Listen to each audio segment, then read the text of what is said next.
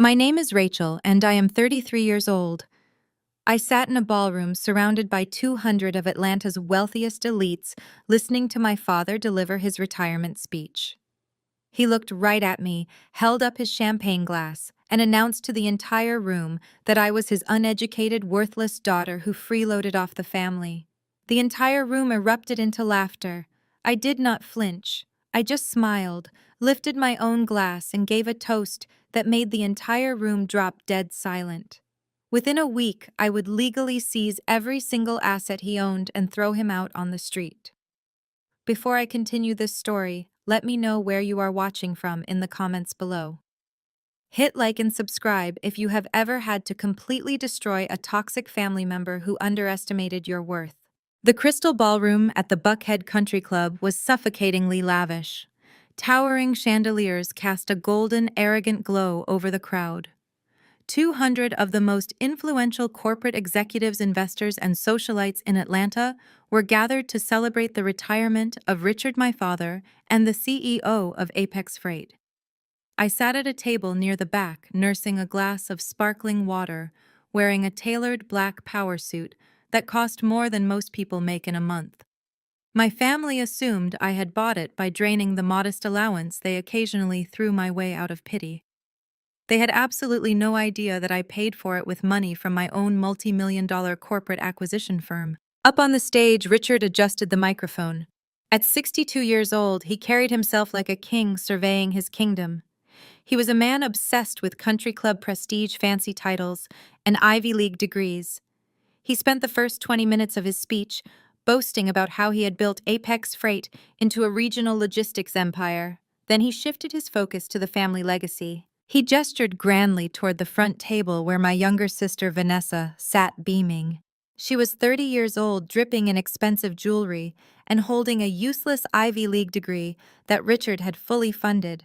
He praised her as his brilliant daughter, proudly announcing her title as Vice President of Marketing. It was a completely fabricated role where she did absolutely no actual work. Next to her sat her husband, Jamal. Jamal was a slick, charismatic African-American executive who served as the vice president of finance. Richard praised Jamal as a financial genius, the brilliant mind who would guide Apex Freight into the prosperous future. Then my father's eyes scanned the room and locked onto me. A cruel, familiar smirk twisted his lips. The microphone amplified his voice, ensuring that every single person in the ballroom hung on his next words. And of course we have Rachel. Richard announced, his tone dripping with theatrical pity. Every great family has its heavy burden. Rachel is my eldest, but unfortunately, she decided that higher education was too difficult. This is my daughter. No degree, no future, just an uneducated dropout who freeloads off the family name. I suppose someone has to be the cautionary tale. A ripple of laughter echoed through the massive ballroom. 200 wealthy strangers chuckled at my expense. I looked toward the front table. Vanessa was practically glowing with satisfaction, whispering something to Jamal, who let out a loud, arrogant laugh. Next to them sat my mother, Patricia. At 60 years old, Patricia cared about absolutely nothing except her social standing in the wealthy Atlanta suburbs. She did not look back at me. She did not defend her daughter. Instead, she took a slow, elegant sip of her gin martini, a serene smile resting on her perfectly manicured face.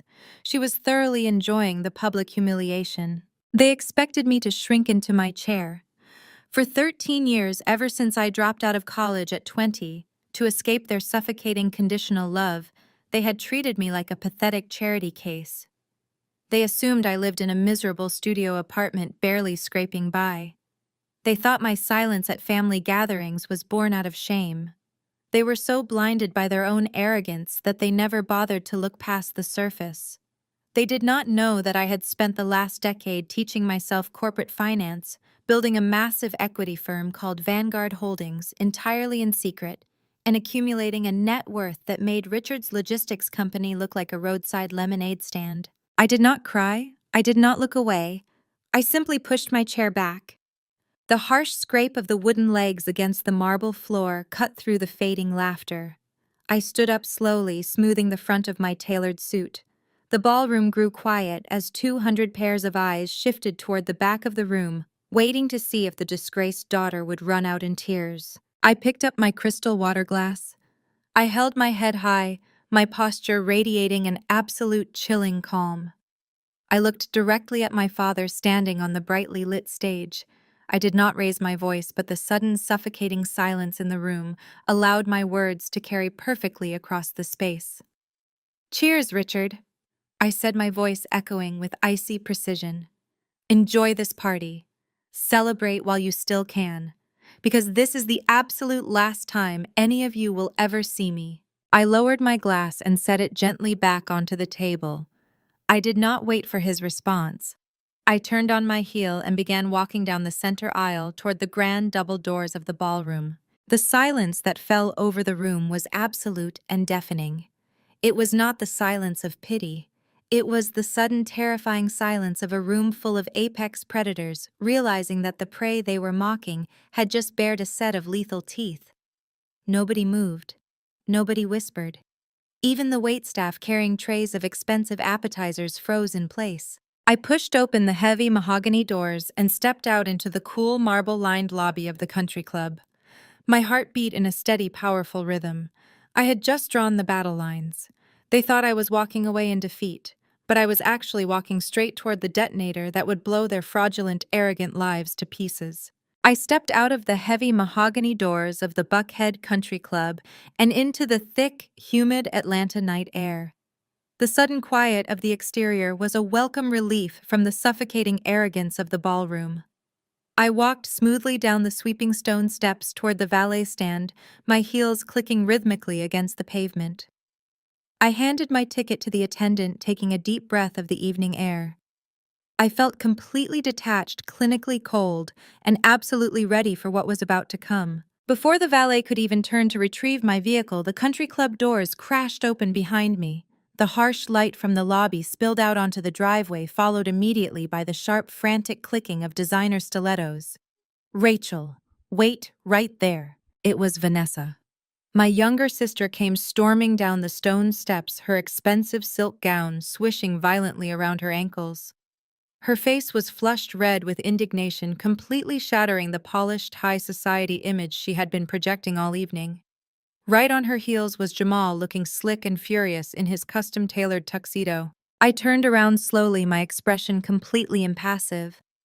I watched them march up to the valet stand like two spoiled children who had just been denied a toy. "What is wrong with you?" Vanessa shrieked, her voice echoing loudly across the quiet parking lot. A few valets glanced over, their eyes wide, but Vanessa did not care. "You are unbelievable, Rachel. You just had to make a scene, didn't you? You just had to ruin Dad's special night by being dramatic. You cannot stand the fact that we are successful and you are nothing." I looked at my sister, taking in the diamond tennis bracelet sparkling on her wrist and the furious, entitled glare in her eyes. She genuinely believed her own narrative. She thought my calm departure was a tantrum born of jealousy. "I am not being dramatic, Vanessa," I said, keeping my voice perfectly level. "I simply refuse to sit in a room and be insulted by a man who handed you a vice president title just for sharing his last name. Enjoy the party. I am done with this family." Jamal let out a harsh, condescending laugh. He stepped in front of Vanessa, puffing out his chest, attempting to use his physical presence to intimidate me. As the vice president of finance at Apex Freight, Jamal walked around with an unearned superiority complex. He thought he was the smartest man in Atlanta simply because Richard had handed him the keys to the corporate treasury. "You are done with this family," Jamal sneered, shaking his head. "That is hilarious, Rachel. You have never been a part of this family's success. You dropped out of college. You bring absolutely nothing to the table. You are just a bitter, uneducated dropout who cannot handle being in the presence of actual corporate executives." I did not break eye contact.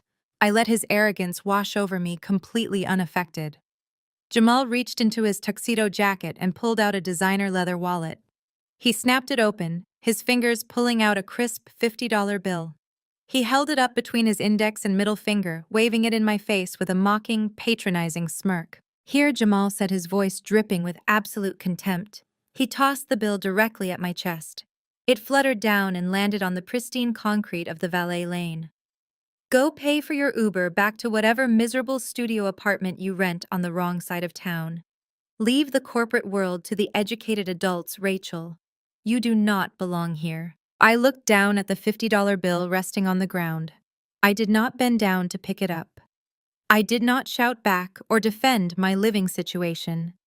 I simply took one step forward and planted my black stiletto heel directly onto the center of the money, grinding it slightly against the pavement. As I stood there looking at Jamal's smug face, the roar of a high-performance engine shattered the tension. A valet pulled up to the curb, driving a brand-new custom black Porsche. The vehicle gleamed under the country club lights. It was an absolute masterpiece of automotive engineering, complete with custom rims, a flawless leather interior, and a price tag that I knew instantly hovered around $150,000. The valet stepped out and held the door open. Jamal tossed the kid a casual tip. His chest puffed out even further as he turned to open the passenger door for Vanessa. My eyes locked onto the Porsche. I am not just a corporate owner. I am an apex predator in the financial acquisition space. I look at balance sheets all day. I audit massive multinational corporations for a living. My brain immediately began running the numbers, slicing through the illusion of Jamal's wealth with cold, mathematical precision. Apex Freight was a regional logistics firm, and a failing one at that. Based on the preliminary market data my team at Vanguard Holdings had pulled last week, Richard's company was bleeding cash. The profit margins were razor-thin, fuel costs were eating their revenue, and their supply chain contracts were outdated. The base salary for a vice president of finance at a struggling mid-tier logistics firm in Atlanta tops out at maybe $200,000 a year. I looked at Jamal's custom-tailored tuxedo. I looked at Vanessa's $30,000 diamond tennis bracelet. And I looked at the $150,000 Porsche idling at the curb. The math was completely wrong. It did not just fail to add up, it screamed of systemic catastrophic fraud. A mid-level finance executive at a sinking company cannot afford a lifestyle that mimics a Wall Street billionaire unless the money is coming from an illicit source. Jamal was not just mismanaging my father's company, he was draining it dry.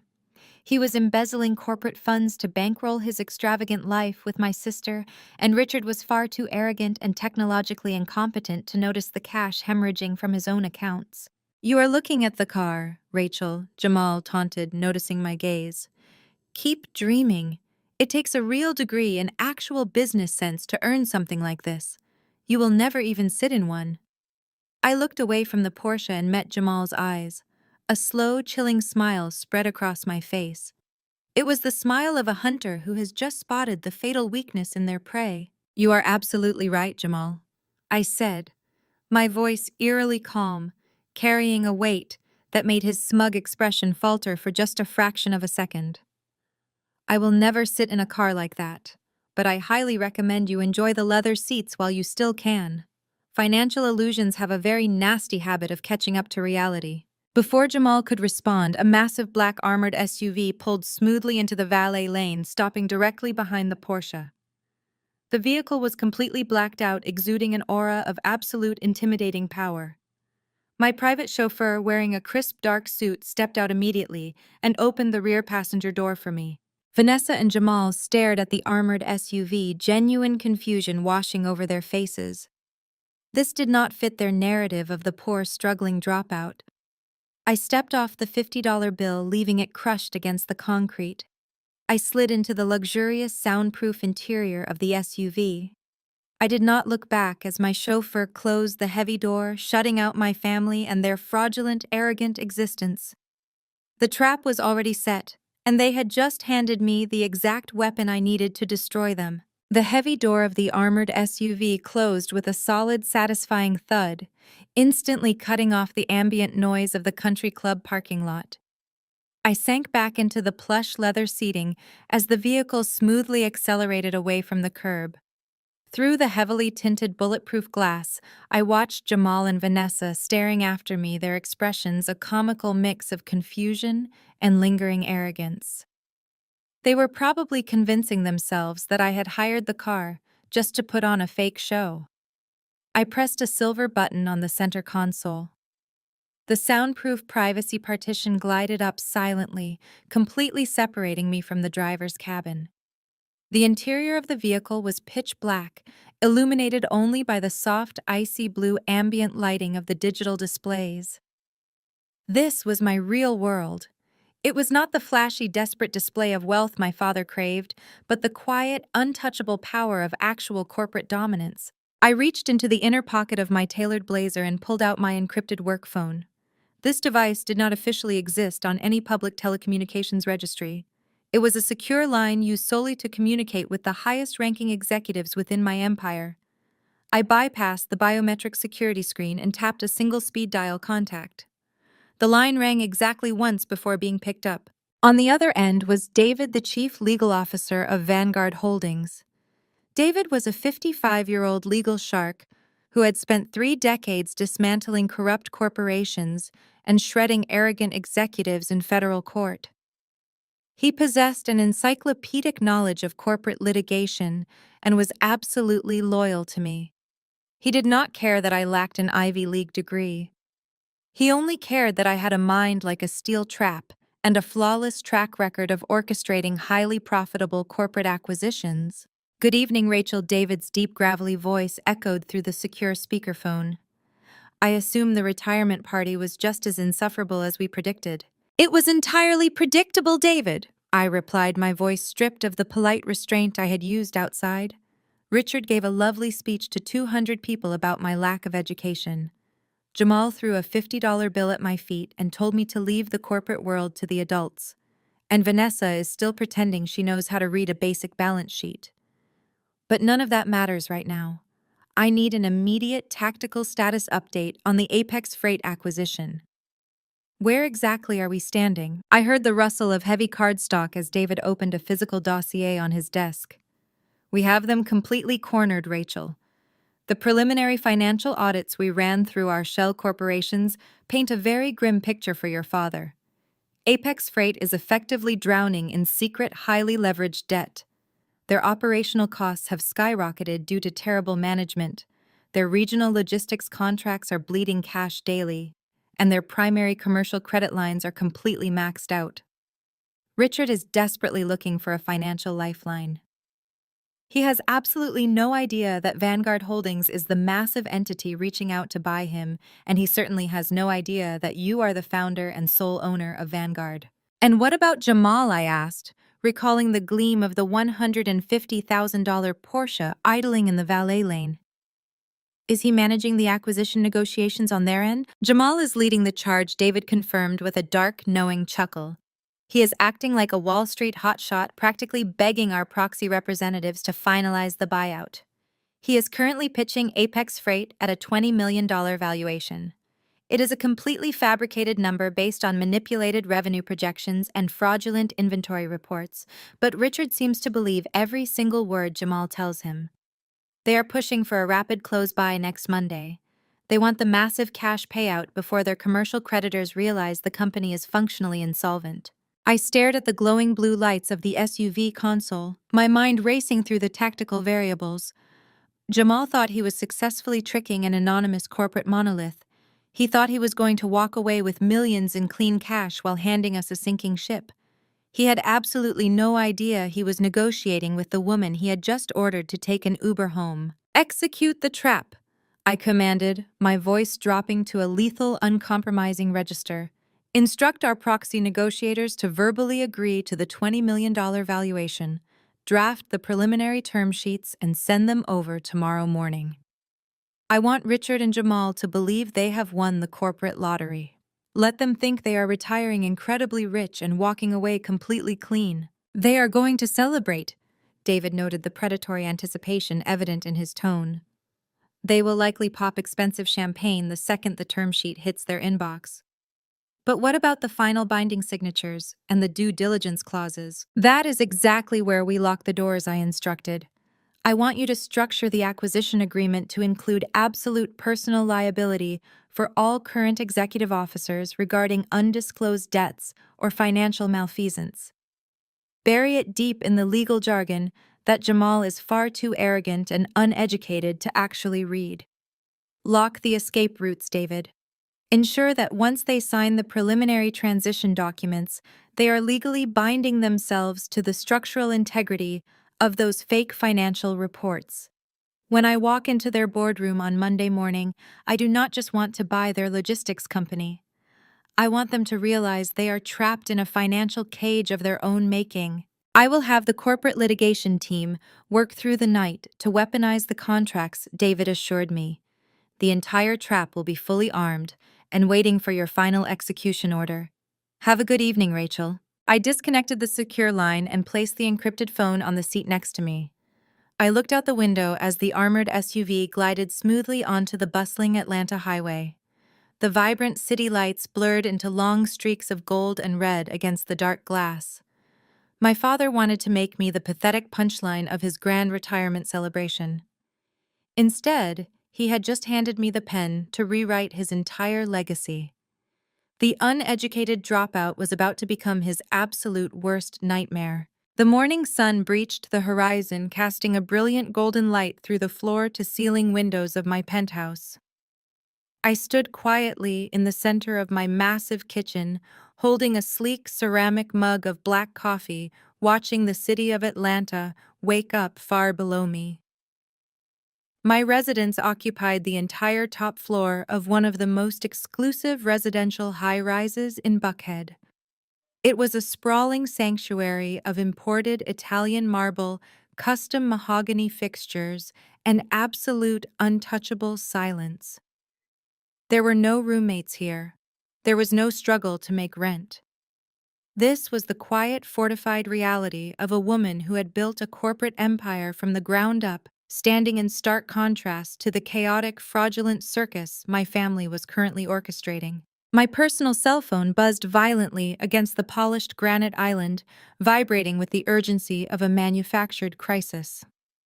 I set my coffee mug down and picked up the device. The screen lit up with a massive block of text. It was a message from Patricia. I unlocked the screen and read my mother's words. "You completely embarrassed your father last night. Walking out like that was a pathetic, childish display of jealousy because you cannot handle Vanessa's success. Your father has worked his entire life to build Apex Freight, and Jamal has brilliantly managed the finances to get us to the finish line. Do not expect a single dime from the company sale next week. Jamal secured an anonymous buyer for $20 million, and they are signing the papers on Monday. You are officially cut off from this family and our money. Do not call us." I read the message twice, letting the sheer, unfiltered delusion wash over me. A genuine smile touched the corners of my mouth, driven purely by the staggering irony of her threat. Patricia was 60 years old, a woman whose entire identity was wrapped up in country club gossip, expensive tennis skirts, and maintaining a flawless facade of generational wealth. She had never balanced a checkbook in her life. She blindly trusted my father, who in turn blindly trusted Jamal. She was threatening to cut me off from a bank account that was functionally empty. She was weaponizing a $20 million buyout that was currently being orchestrated by my own legal team. Jamal had sold them an absolute fantasy, convincing them that Apex Freight was a highly coveted acquisition target. The reality was that Apex Freight was a sinking ship bleeding cash from every single operational artery, and the only reason Vanguard Holdings was stepping in was because I wanted to personally oversee the demolition. Patricia genuinely believed she was holding all the cards. She thought the $20 million was real cash that would soon hit their personal accounts, allowing her to buy new vacation homes and fund Vanessa's lavish shopping sprees forever. She did not realize that the buyer Jamal had secured was the exact same uneducated dropout she had just banished from her life. I tapped the reply box on the screen. I did not write a lengthy paragraph defending myself. I did not point out the fact that Jamal was driving a car he could not possibly afford on a legitimate salary. I did not try to save her from the financial tsunami that was rapidly approaching their shores. You cannot save people who are actively fighting to stay on a sinking ship. I simply typed a single, devastatingly concise sentence. "Enjoy the illusion, Mom. Math doesn't lie." I hit send. I pictured Patricia sitting in the breakfast nook of their heavily mortgaged suburban mansion holding her phone with perfectly manicured hands, her face twisting in confusion and rage at my complete lack of subservience. Less than 10 seconds later, my phone began to ring. The screen flashed with an incoming call from Patricia. She wanted a screaming match. She wanted to berate me to assert her dominance and to force me to apologize for disrespecting the family hierarchy. I stared at her contact name glowing on the screen. For 33 years, that name had represented a source of constant anxiety, a relentless demand for conformity, and a continuous stream of subtle emotional abuse. Today, it represented absolutely nothing. I tapped the red icon declining the call. I opened her contact settings, scrolled to the very bottom of the menu, and pressed block caller. I felt a profound, heavy weight lift from my shoulders. The boundary was officially set, and it was forged in titanium. They could not threaten me, they could not insult me, and they could not access me. They were sealed inside the pressure cooker of their own fraudulent existence, and I was holding the only release valve. I placed my phone into my leather briefcase and grabbed my keys. I walked out of my penthouse and stepped into my private elevator, pressing the button for the subterranean executive garage. It was time to shift from the discarded daughter into the chief executive officer. My armored black SUV was waiting for me, the engine already idling quietly. My chauffeur opened the door and I slid into the back seat. I directed him to Vanguard headquarters in the heart of the financial district. The drive was swift. When we pulled up to the towering glass and steel monolith that housed my corporate empire, the valets and security personnel immediately snapped to attention. I walked through the grand lobby, my heels clicking sharply against the polished terrazzo floors. The environment here was entirely different from the Buckhead Country Club. There were no country club socialites discussing petty gossip. There were only sharp, highly educated financial analysts, ruthless corporate lawyers, and aggressive acquisition specialists. And every single one of them reported directly to me. I stepped into the executive elevator and rode it to the top floor. The doors slid open to reveal the war room, a massive glass-walled conference space equipped with state-of-the-art digital projection screens and secure data terminals. David was already standing at the head of the long mahogany table, surrounded by my top forensic accountants. The table was covered in thick financial dossiers, bank statements, and operational ledgers belonging to Apex Freight. "Good morning, Rachel," David said, a sharp, predatory glint in his eye. "We have the internal books from Apex Freight. We bypassed Jamal's heavily manipulated executive summaries and pulled the raw banking data directly through our clearance protocols." I set my briefcase down and took off my suit jacket, rolling up the sleeves of my pristine white blouse. The time for passive observation was over.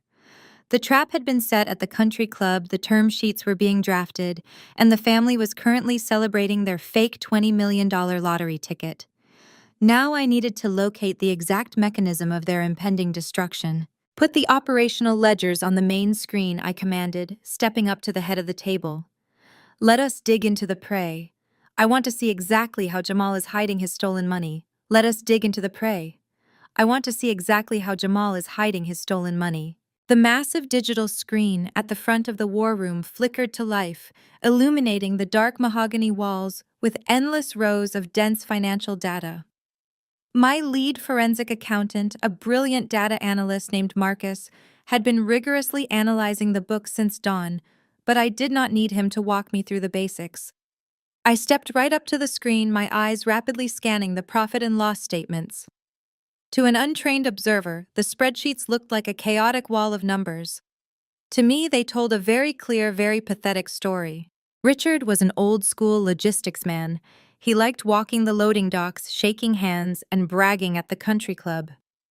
He fundamentally lacked the intellectual capacity to understand modern corporate finance. When his company began bleeding cash 3 years ago, due to his outdated business model, he panicked. Instead of restructuring, he handed the keys to the corporate treasury directly to his new son-in-law.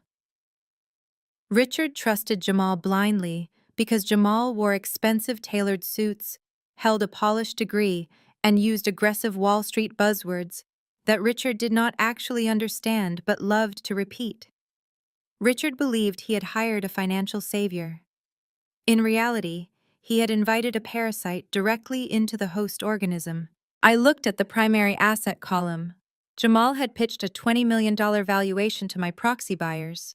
It took me exactly 30 seconds to dismantle that illusion. Look at this top-line revenue projection, I said, pointing a digital laser pen at the upper quadrant of the screen.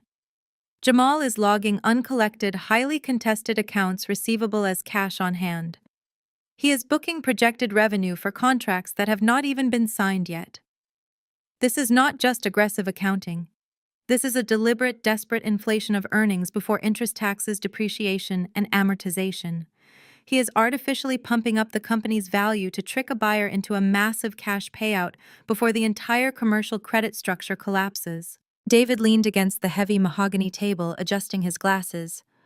So the $20 million valuation is a complete sham. The company is functionally insolvent. It is worse than insolvent, I replied, keeping my eyes locked on the data.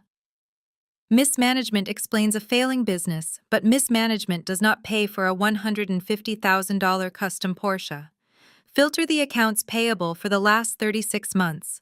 I want you to isolate all third-party subcontractor disbursements exceeding $50,000. The forensic accountant's fingers flew across his keyboard. The master spreadsheet shifted, filtering out the noise and replacing it with a clean, heavily concentrated list of vendor payments. My eyes darted down the list, hunting for the structural anomalies I knew had to be there. I found them almost instantly. Pull the operational manifests for these 4 companies, I commanded, circling a block of text on the screen. Southern Transit Partners, Horizon Freight Lines, Atlantic Cargo Logistics, and Peach State Hauling. The room went quiet for a moment as the system queried the Apex Freight operational database. The accountant looked up, a grim expression settling on his face. There are no operational manifests, Rachel, the accountant reported. There are no weigh station receipts. There are no State Department of Transportation compliance logs, no fuel consumption records, and absolutely no driver payroll histories attached to these vendors. Because they do not exist, I stated coldly. They are ghost vendors. I walked slowly around the conference table, the absolute depth of the betrayal crystallizing in my mind. Jamal was running a textbook corporate embezzlement scheme, and he was executing it with staggering arrogance. He was creating fake trucking contracts in the Apex Freight accounting system. He would generate fraudulent invoices for hauling routes that were never actually driven. Apex Freight, bleeding cash from its legitimate operations, would blindly pay these fake invoices right out of its primary commercial accounts. David pulled out a secure tablet, rapidly cross-referencing the state corporate registry. I have the incorporation documents for these 4 LLCs, David said, his voice dropping an octave. They are registered to a series of anonymous post office boxes in Delaware, but the registered agent who filed the original paperwork is a boutique defense attorney here in Atlanta.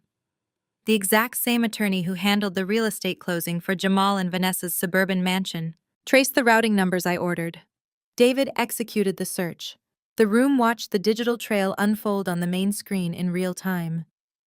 The millions of dollars bleeding out of Apex Freight funneled directly through the ghost vendors, bounced through a secondary holding account, and finally landed in a private high-yield offshore wealth management account. The sole signatory on that offshore account was Jamal. There is the smoking gun, I said, staring at the final destination of the stolen funds. There is the custom Porsche. There is Vanessa's $30,000 diamond tennis bracelet. There is the luxury trip to the Maldives she loves to brag about on social media. Jamal is not just a terrible vice president of finance. He is a predator. He has been systematically siphoning off the lifeblood of my father's company to bankroll his extravagant, fraudulent lifestyle. How much has he taken? David asked. The forensic accountant ran the final calculation. Based on the fraudulent invoice history over the last 36 months, Jamal has successfully embezzled roughly $4.2 million. I let the number hang in the air. $4.2 million. While my father was standing on a stage mocking my lack of a college degree, his educated genius son-in-law was robbing him absolutely blind. Jamal had manufactured a massive hidden debt crisis that Richard was entirely oblivious to.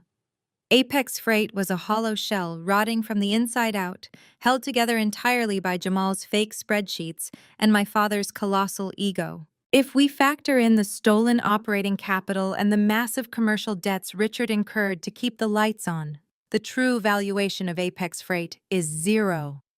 David noted, closing his dossier. The company is dead water. We should immediately cancel the acquisition.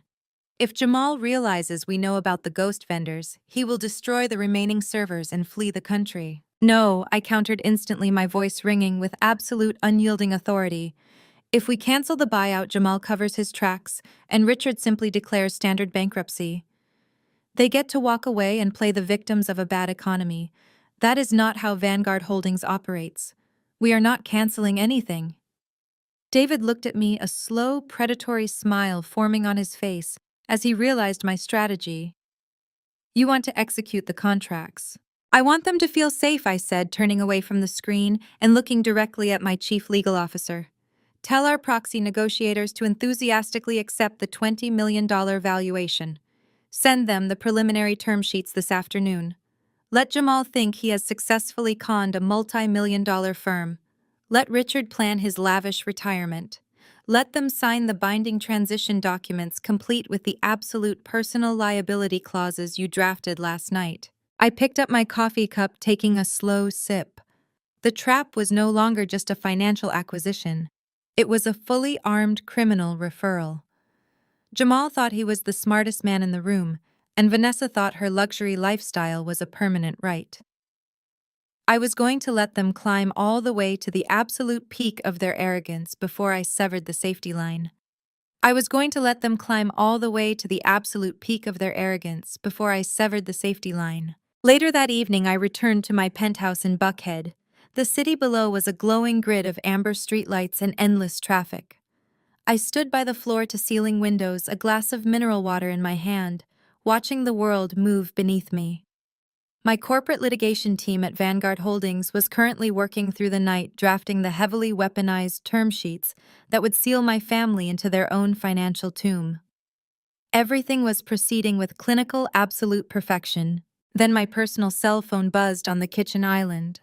I walked over and glanced at the screen. It was an unknown number completely devoid of caller identification. Given that I had permanently blocked Patricia, Richard, and Vanessa earlier that morning, my immediate assumption was a burner phone or a masked voice over internet protocol application. Arrogant people simply cannot tolerate being ignored. They view silence not as a boundary, but as a challenge to their dominance. I tapped the green accept button and lifted the phone to my ear. I did not say a word, I simply waited. Did you really think blocking my number would stop me from having the last word? Vanessa demanded, her shrill nasal voice echoing through the receiver. My younger sister sounded incredibly pleased with herself, practically vibrating with toxic entitlement. I could hear the faint clinking of crystal glass in the background. She was likely sitting in her heavily mortgaged suburban living room, drinking expensive wine bought with stolen money, desperate to secure one final victory over the uneducated dropout of the family. I pressed a button on the side of my phone, silently routing the call audio into the encrypted secure server housed at Vanguard headquarters. Georgia is a one-party consent state for recording conversations. I did not need her permission to document her arrogance. I just needed her to keep talking. I did not block you to silence you, Vanessa, I replied, my voice completely devoid of emotion. I blocked you because you are no longer relevant to my life. That is hilarious. Vanessa scoffed, her tone dripping with absolute condescension. You are just embarrassed. You are humiliated because Dad told the entire country club the absolute truth about you. You bring nothing to this family. But I called to give you some good news, Rachel. We are officially selling Apex Freight for $20 million next week. Jamal single-handedly orchestrated the entire buyout. He saved the family legacy while you were busy throwing a tantrum in the parking lot. I walked back to the window, looking out over the city skyline, entirely unbothered by her pathetic attempt to make me jealous. $20 million is a very impressive number, I said, carefully modulating my tone to sound slightly impressed, feeding the bottomless pit of her ego. It is more money than you will ever see in your lifetime, Vanessa bragged, completely swallowing the bait. Jamal and I are flying to the Maldives next month to celebrate. First-class overwater bungalow, the absolute best of everything. We are going to relax on the beach while you figure out how to pay your miserable utility bills. This is what a real degree gets you, Rachel. It gets you respect, it gets you a vice president title, and it gets you an elite lifestyle. Her complete ignorance of actual corporate finance was staggering. She held a degree she had never used functioning as a vice president of marketing, who had never actually marketed a single product. She thought wealth was generated by simply existing. I decided it was time to test exactly how deep her ignorance ran. I needed to know if Jamal was acting alone or if my sister was a willing, knowing accomplice to his federal crimes. If Jamal is such a financial genius, I asked, keeping my voice light and inquisitive. How did he handle the corporate tax liabilities for a $20 million buyout, especially with the massive operational debt on the books? From what I understand about logistics, subcontractor costs usually eat up the profit margins. Companies like Southern Transit Partners and Horizon Freight Lines. There was a brief pause on the line. I heard Vanessa take a sip of her wine. When she spoke again, she sounded incredibly smug, eager to play the role of the educated corporate executive, schooling her dropout sister. You really do not understand high-level business at all, do you? Vanessa laughed a sharp, grating sound. Those are not real subcontractors, Rachel. Jamal set those entities up himself. It is a brilliant corporate tax loophole. He funnels the profits through those holding companies to bypass the corporate tax rate before the buyout. It shields our liquid cash from the IRS. I froze. The sheer breathtaking stupidity of her statement echoed in my silent penthouse. She had just confessed to wire fraud, tax evasion, and corporate embezzlement on a recorded line, and she genuinely thought she was explaining a clever business strategy. She thought money laundering was just a smart tax loophole they taught at Ivy League universities. So Jamal personally controls the bank accounts for Southern Transit Partners and Horizon Freight Lines. I asked, ensuring the parameters of her confession were absolutely clear for the federal prosecutors who would eventually hear this audio file. And Dad approved this strategy. Dad does not even know how to check his own email, Vanessa scoffed dismissively. He leaves the complex financial architecture to Jamal. Jamal controls the offshore accounts where the money sits. It is entirely legal, Rachel. They teach this in advanced business school, but obviously you wouldn't know anything about that. You should really try reading a book sometime. It might help you get a real job. The noose was officially tied, looped, and secured. Vanessa had just handed me the final irrefutable proof I needed. Jamal was running the embezzlement scheme entirely under the radar. Richard was completely negligent in his fiduciary duties as chief executive officer, and Vanessa was an active, willing beneficiary of stolen funds. They were a syndicate of fools.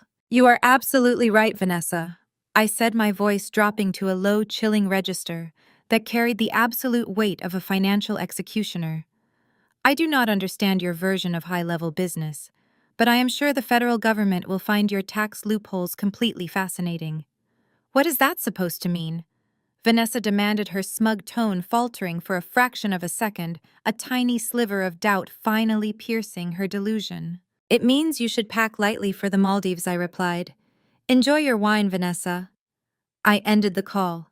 I did not wait for her to scream or demand an explanation. I immediately exported the encrypted audio file from the Vanguard server and emailed it directly to David with a single line of text attached. Add this to the prosecution dossier. The trap is fully armed. I placed my phone face down on the marble kitchen island. The golden child had just sealed her husband's fate and guaranteed her own absolute ruin, all because she could not resist the urge to brag to the sister she despised. The illusion of their wealth was about to shatter, and I was going to be the one holding the hammer. Monday morning arrived with a cold, overcast sky that perfectly matched the bleak reality of my father's failing empire. I stepped out of my armored SUV and looked up at the Apex Freight headquarters. It was a tired six-story concrete building situated in a decaying industrial park on the outskirts of Atlanta. The massive corporate logo on the side of the building was fading, and the visitor parking lot was riddled with neglected potholes. This was the kingdom Richard bragged about at the Buckhead Country Club. To the untrained eye, it looked like a modest, functional logistics hub. To a corporate acquisition specialist, it looked like a financial graveyard waiting for the final dirt to be shoveled over it. I walked through the sliding glass front doors flanked by David, my chief legal officer, and four heavily built, impeccably dressed corporate security personnel. The ground floor lobby was a miserable space that smelled faintly of cheap industrial cleaner and stale coffee. Blue-collar workers and dispatchers moved through the area with exhausted, defeated expressions. They were the ones actually keeping this sinking ship afloat, completely unaware that their chief executive officer and vice president of finance had been systematically robbing them of operational resources for years. Vanguard Holdings was not just acquiring a company today. We were effectively rescuing hundreds of working-class jobs from the sheer staggering incompetence of my own family. We bypassed the receptionist, who was too intimidated by my security detail to say a single word, and stepped directly into the executive elevator. I pressed the button for the 6th floor. David stood beside me, clutching a massive 500-page, leather-bound acquisition dossier against his chest. Inside that binder were the fully executed, digitally signed transition documents Jamal had eagerly authorized on Friday afternoon. Those documents contained the absolute personal liability clauses that legally bound Richard and Jamal to the fraudulent financial numbers they had provided. The elevator chimed and the doors slid open to reveal a completely different world. The executive floor was an oasis of manufactured fraudulent wealth. The cheap industrial carpet of the lower floors was replaced by plush imported wool. The walls were lined with expensive dark oak paneling and abstract art that Richard had purchased using the company's failing credit lines. The rich aromatic scent of premium artisanal espresso wafted down the quiet hallway, a stark contrast to the burnt breakroom coffee downstairs. I led my team silently down the corridor until we reached the massive solid oak double doors of the primary executive boardroom. I held up my hand, signaling David and the security team to stop. The heavy doors were closed, but they were not completely soundproof. The arrogant, booming voices of my family echoed clearly into the hallway. I wanted to hear exactly how high they had built their pedestal before I kicked it completely out from under them. "I cannot believe how incredibly easy that was," Jamal was saying, his deep, slick voice practically vibrating with smug satisfaction. "I thought Vanguard Holdings was supposed to be some ruthless Wall Street monolith. But their proxy negotiators barely even pushed back on the revenue projections I submitted. They swallowed the $20 million valuation without a single fight." Jamal let out a loud, triumphant laugh. I pictured him leaning back in one of the plush leather executive chairs wearing a custom-tailored suit, paid for by his ghost vendors, sipping espresso and congratulating himself for pulling off the corporate heist of the decade. "Because you are a genius," Jamal Richard replied, his tone heavy with absolute paternal pride. "I always knew bringing you into the family business was the right move. You navigated this buyout perfectly.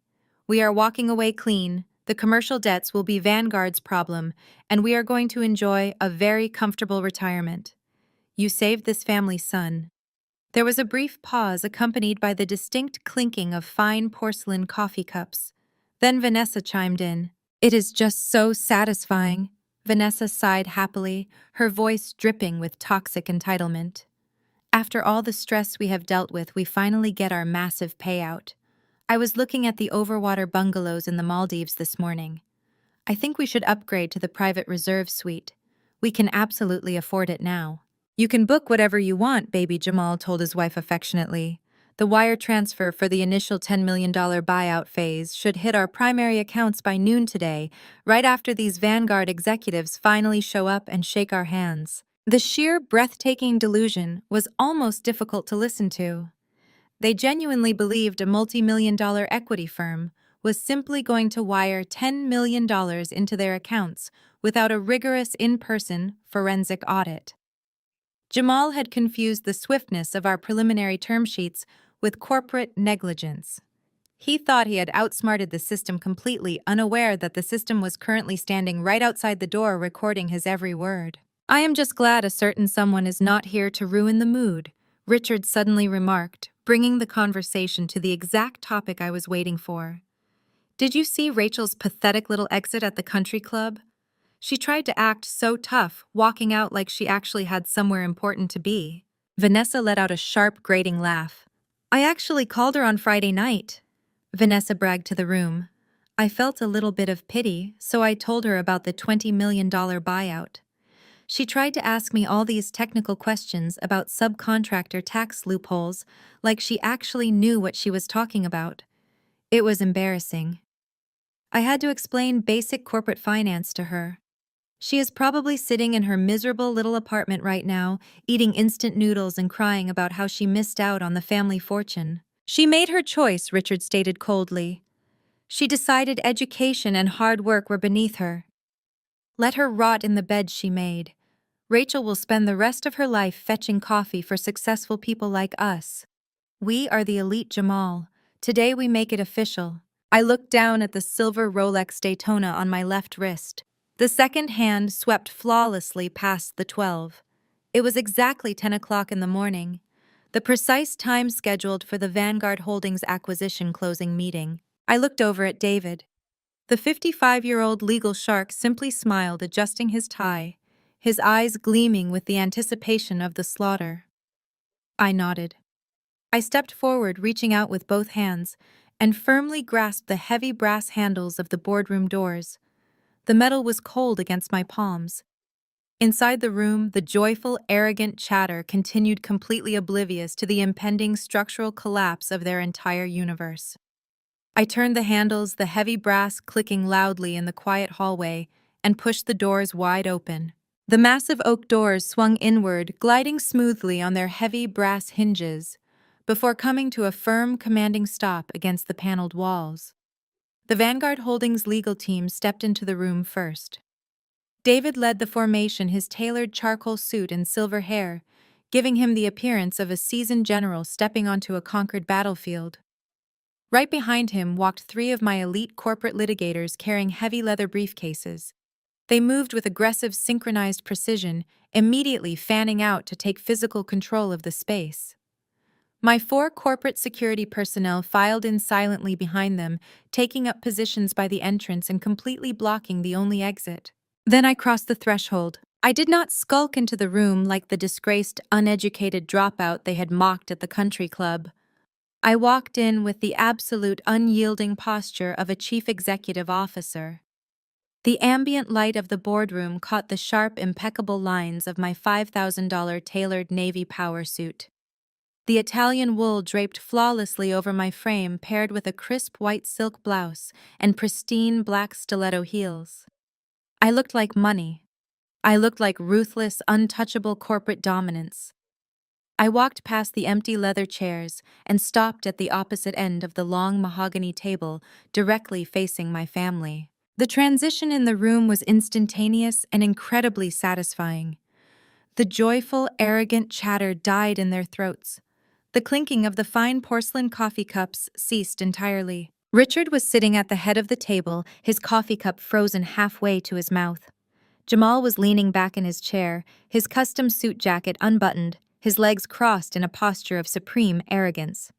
Vanessa was perched next to him, scrolling through luxury resort photos on her phone. As their eyes registered my presence, the shock on their faces rapidly morphed into deep, visceral annoyance. They looked at the team of men in suits surrounding me, completely failing to process the reality of the situation. Their brains simply could not connect the imposing legal team with the daughter they despised. Richard slammed his coffee cup down onto its saucer, spilling dark espresso onto the polished wood. He pushed his chair back and stood up, his face flushing a deep, angry crimson. He projected his chest forward, trying to summon the fading authority of his CEO title. "Rachel, what is the meaning of this?" Richard demanded, his voice echoing sharply in the quiet room. He barked a harsh, condescending laugh, shaking his head in disbelief. "Who let you pass security? Are you fetching coffee for the buyers? Because this is a restricted executive floor.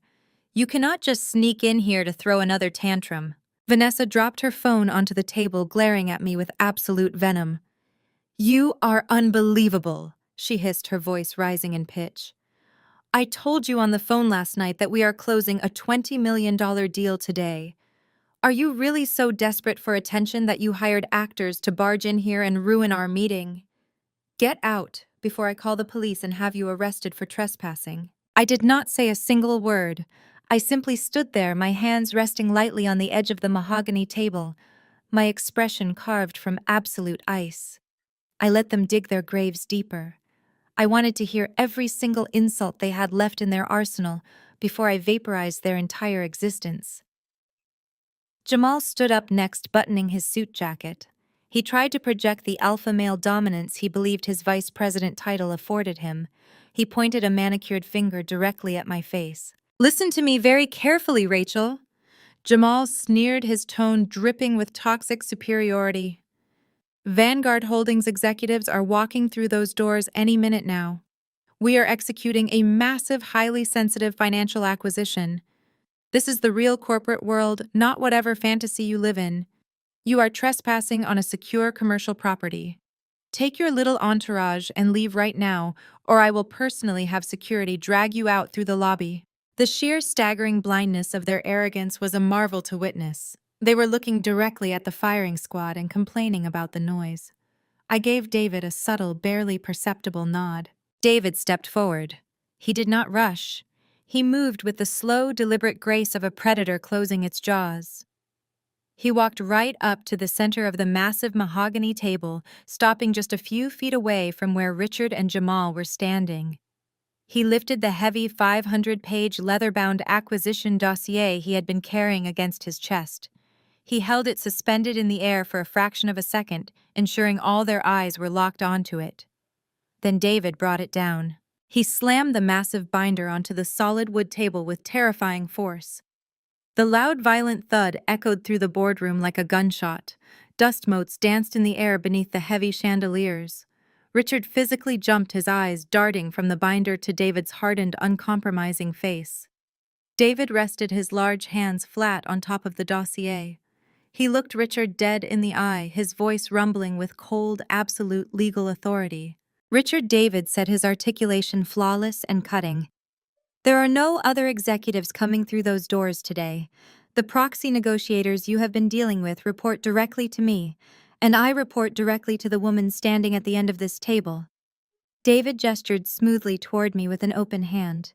"Allow me to introduce the founder and sole owner of Vanguard Holdings," David announced, letting the words hang in the air like a guillotine blade. "Your new boss, Rachel." The oxygen vanished from the room. The color completely drained from Richard's face, leaving his skin a sickly ashen gray. His jaw slackened, and his knees seemed to buckle slightly against the edge of the table. He stared at me, his eyes wide with a terror that completely erased his lifelong arrogance.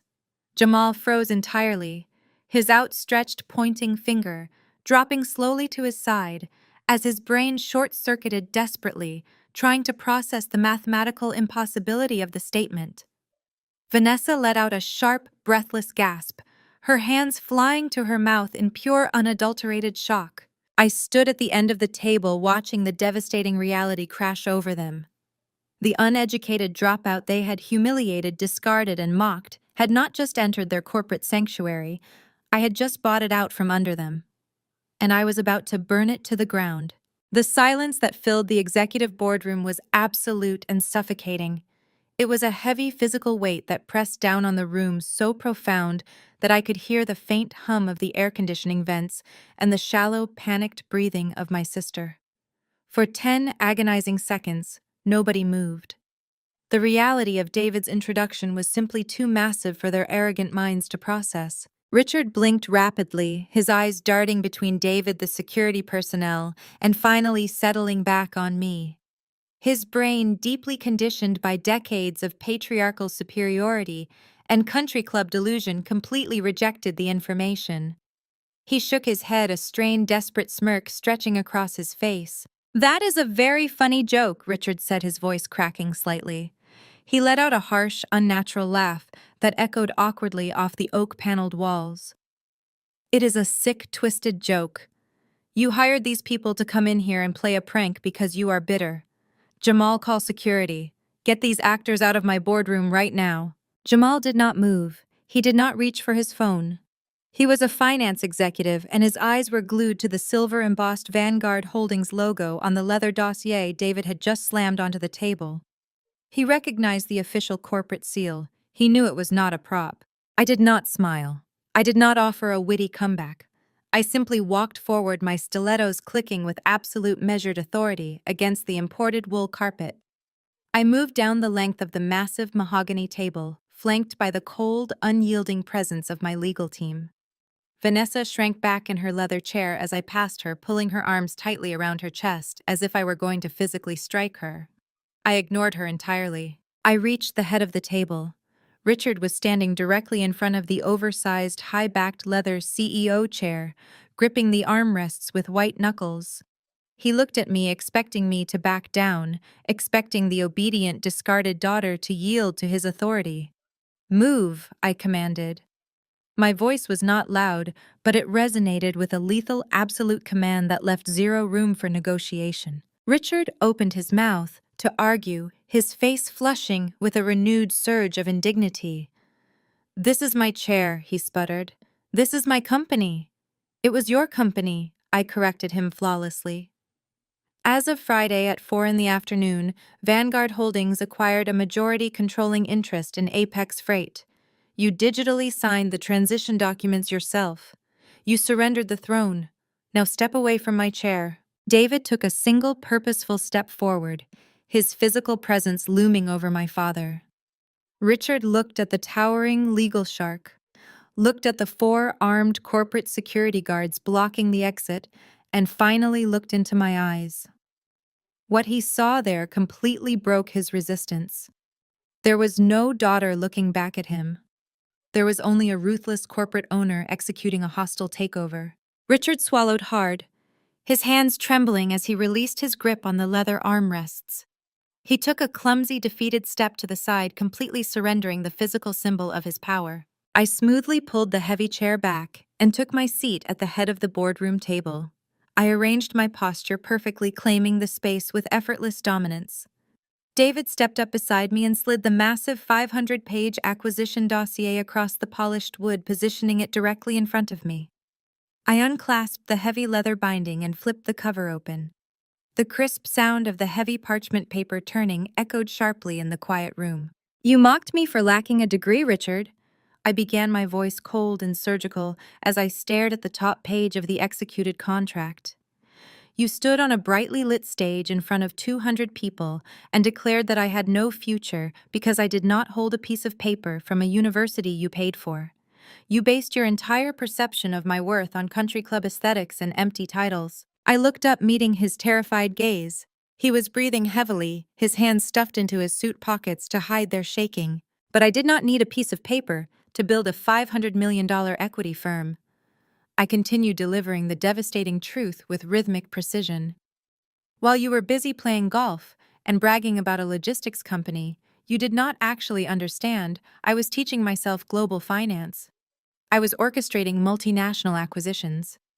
I built Vanguard Holdings in the shadows, structuring it into a financial monolith that could swallow your pathetic little operation by accident." Richard shook his head, his lower lip trembling.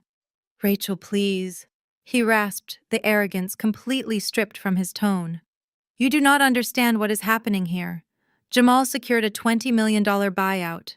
We are profitable. We have assets." I let out a soft, humorless exhale. I reached into the dossier and pulled out the raw, unmanipulated balance sheets my forensic team had compiled. I tossed the thick stack of papers across the table. They fanned out across the mahogany, stopping right in front of where Richard was standing. "I certainly did not need a college degree to realize your company is functionally bankrupt," I stated, driving the final nail into his ego. Richard stared at the documents, his face going ghost white. "Your operational costs have outpaced your revenue for 36 consecutive months," I explained, dismantling his legacy piece by piece. "Your regional logistics contracts are outdated and bleeding cash. Your primary commercial credit lines are entirely maxed out. You do not have assets, Richard. You have a mountain of toxic debt wrapped in a fading corporate logo. The $20 million valuation Jamal pitched to my proxy buyers was a complete fabricated fantasy. Apex Freight is dead in the water." No, Richard whispered, his eyes frantically scanning the highlighted negative numbers on the balance sheets. That cannot be right. Jamal showed me the quarterly projections. We are showing massive growth. We are expanding. You did not read the raw ledgers, I replied coldly. You looked at the pretty, colorful graphs your son-in-law printed out for you, and you patted yourself on the back. You were so addicted to the title of Chief Executive Officer that you completely neglected the actual duties of the job. You drove your own legacy directly into the ground because you were too arrogant to admit you did not know what you were doing. Richard reached out and grabbed the edge of the table to steady himself. The immaculate, wealthy patriarch persona he had cultivated for decades shattered completely, leaving behind a broken, clueless old man staring at his own ruin. He looked at me with wide, devastated eyes, finally realizing the absolute magnitude of his failure. The uneducated daughter he had cast out had just returned as the grim reaper of his financial existence. As Richard stood paralyzed by the sheer magnitude of his financial ruin, Jamal decided to step into the vacuum. He was a man who had built his entire identity on the illusion of being the smartest person in any given room. He simply could not accept that an uneducated college dropout had outmaneuvered him. He smoothed the lapels of his custom-tailored suit, cleared his throat, and attempted to reclaim his smooth, authoritative cadence. "Look, let us remain objective here, Rachel," Jamal said, injecting his tone with a patronizing corporate calmness. He stepped away from his chair, gesturing with open hands as if he were explaining a simple concept to a confused intern. "You have a team of expensive lawyers and some very aggressive spreadsheets, but you are fundamentally misunderstanding the macroeconomic headwinds we have been navigating. Apex Freight is a highly leveraged asset, yes, but we are in the middle of a strategic liquidity optimization phase. If we restructure the mezzanine debt and leverage the operational synergies I have mapped out for Q4, the $20 million valuation is completely justified. You are looking at a temporary cash flow bottleneck and calling it bankruptcy." He offered a condescending smile, fully expecting his barrage of advanced finance jargon to intimidate me into silence. He genuinely believed I was just a bitter figurehead who had paid a legal team to do my bidding. He thought he could bury me in Wall Street buzzwords. I let out a slow, perfectly measured breath. I did not raise my voice. I did not need to. "You are using mezzanine debt as a buzzword to cover up gross insolvency, Jamal," I replied, my voice slicing through his bravado like a scalpel. "You do not have operational synergies. You have a failing supply chain. And your strategic liquidity optimization phase is nothing more than a desperate attempt to dump a rotting carcass onto an anonymous buyer before your commercial creditors force you into involuntary liquidation." Jamal flinched, his patronizing smile slipping, as I flawlessly dismantled his corporate word salad. He opened his mouth to counter, but I did not give him the oxygen. "But we are not here to debate your incompetence as a vice president of finance." I continued, my tone shifting from cold corporate critique to lethal criminal accusation. "We are here to discuss your extracurricular activities." "David, illuminate the screen." David tapped a command into his secure tablet. At the far end of the boardroom, the heavy oak paneling slid apart, revealing a massive state-of-the-art digital projection screen. A high-resolution projector hummed to life from the ceiling, casting a blindingly crisp financial schematic across the wall. The entire room was bathed in the harsh, undeniable light of Jamal's secret ledger. "Let us talk about liquidity optimization, Jamal," I said, stepping away from the head of the table and walking slowly toward the glowing screen. "Specifically, let us talk about how you optimized my father's remaining liquid capital right into your own pockets." The screen displayed a complex, highly detailed flowchart. At the top was the Apex Freight primary commercial operating account. Below it were 4 distinct branching lines, each leading to a different corporate entity. "Do these names look familiar to you?" I asked, tapping the screen right below the bolded headings. "Southern Transit Partners, Horizon Freight Lines, Atlantic Cargo Logistics, Peach State Hauling." Jamal froze. The remaining blood drained entirely from his face. His confident alpha male posture collapsed in an instant, his shoulders slumping, as if a physical weight had just been dropped onto his spine. He recognized the names perfectly. Over the past 36 months, Apex Freight has paid out massive recurring disbursements to these four logistics subcontractors, I explained, projecting my voice so every single person in the room heard the irrefutable truth. To my father, they looked like standard accounts payable for regional hauling routes. But my forensic accountants dug a little deeper. We pulled the operational manifests. We checked the Department of Transportation compliance logs. And we discovered an absolute void. These trucks do not exist. These drivers do not exist. These are ghost vendors, Jamal. Empty shell companies registered to anonymous post office boxes in Delaware. Richard turned his head slowly, his devastated eyes locking onto Jamal. What is she talking about? Richard rasped, his voice trembling with a terrifying new realization. Jamal, what are these companies? Jamal could not speak. His mouth opened and closed silently, his eyes darting wildly around the room, searching for an escape route that did not exist. My armed corporate security guards shifted their weight by the doors, a silent reminder that he was entirely trapped. I will tell you exactly what they are. Richard, I answered for him. They are the mechanism of your destruction. Jamal has been generating fraudulent invoices for trucking routes that were never actually driven. He approved those fake invoices himself, paid them directly out of your failing company's remaining cash reserves, and routed the funds through those Delaware shell companies. I gestured to David, who tapped his tablet again. The flowchart on the screen shifted, tracing the money from the four ghost vendors down into a single centralized offshore holding account. The name on the private wealth management signature card appeared in massive bold letters across the projection. Jamal. Let us talk about the $4.2 million you funneled into those shell companies. Jamal, I stated, dropping the exact staggering numerical value like a live grenade onto the center of the mahogany table. $4.2 million stolen directly from a company that was already struggling to make payroll. The silence in the boardroom was absolute, heavy with the weight of a federal felony. That is the same money that bought that custom black Porsche you proudly displayed in the valet lane at the country club. I continued, taking a step toward him, forcing him to look me in the eye. That is the same stolen money you used to buy your wife's $30,000 diamond tennis bracelet. And that is the exact same stolen money you used to pull a $50 bill from your designer wallet to throw at my feet, telling me to leave the corporate world to the educated adults. Jamal physically recoiled, stumbling backward until the back of his knees hit his leather executive chair. He collapsed into the seat, his perfectly tailored suit wrinkling around him. His hands were shaking violently. The slick, arrogant executive who had mocked my lack of a college degree was gone. In his place sat a terrified criminal staring down the barrel of a multi-year federal prison sentence. A sharp, hysterical gasp shattered the quiet room. Vanessa was standing up, her hands clutching the edge of the table. She looked from the damning flowchart on the glowing screen to the trembling, broken man sitting next to her. Her eyes were wide with absolute, unadulterated horror.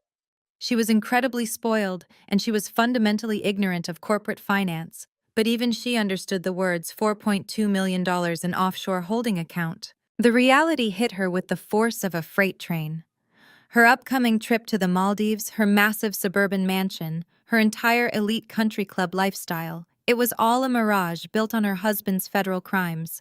And worse, he had stolen that money directly from her own father, deliberately driving their family legacy into the ground just to keep her draped in diamonds. Jamal, Vanessa whispered, her voice cracking, tears of sheer panic welling in her eyes.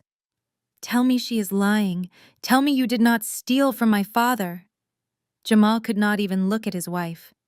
He stared blankly at the polished mahogany table, his chest heaving as he realized that the uneducated dropout he had dismissed as worthless had just meticulously, flawlessly, and legally destroyed his entire life. Jamal's silence hung in the room, heavier than any spoken confession.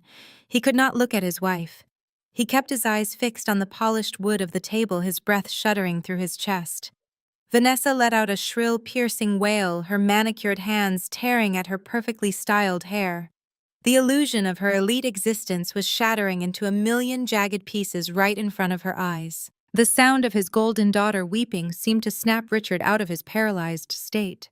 The sickly ashen gray color of his face rapidly transformed into a violent mottled purple.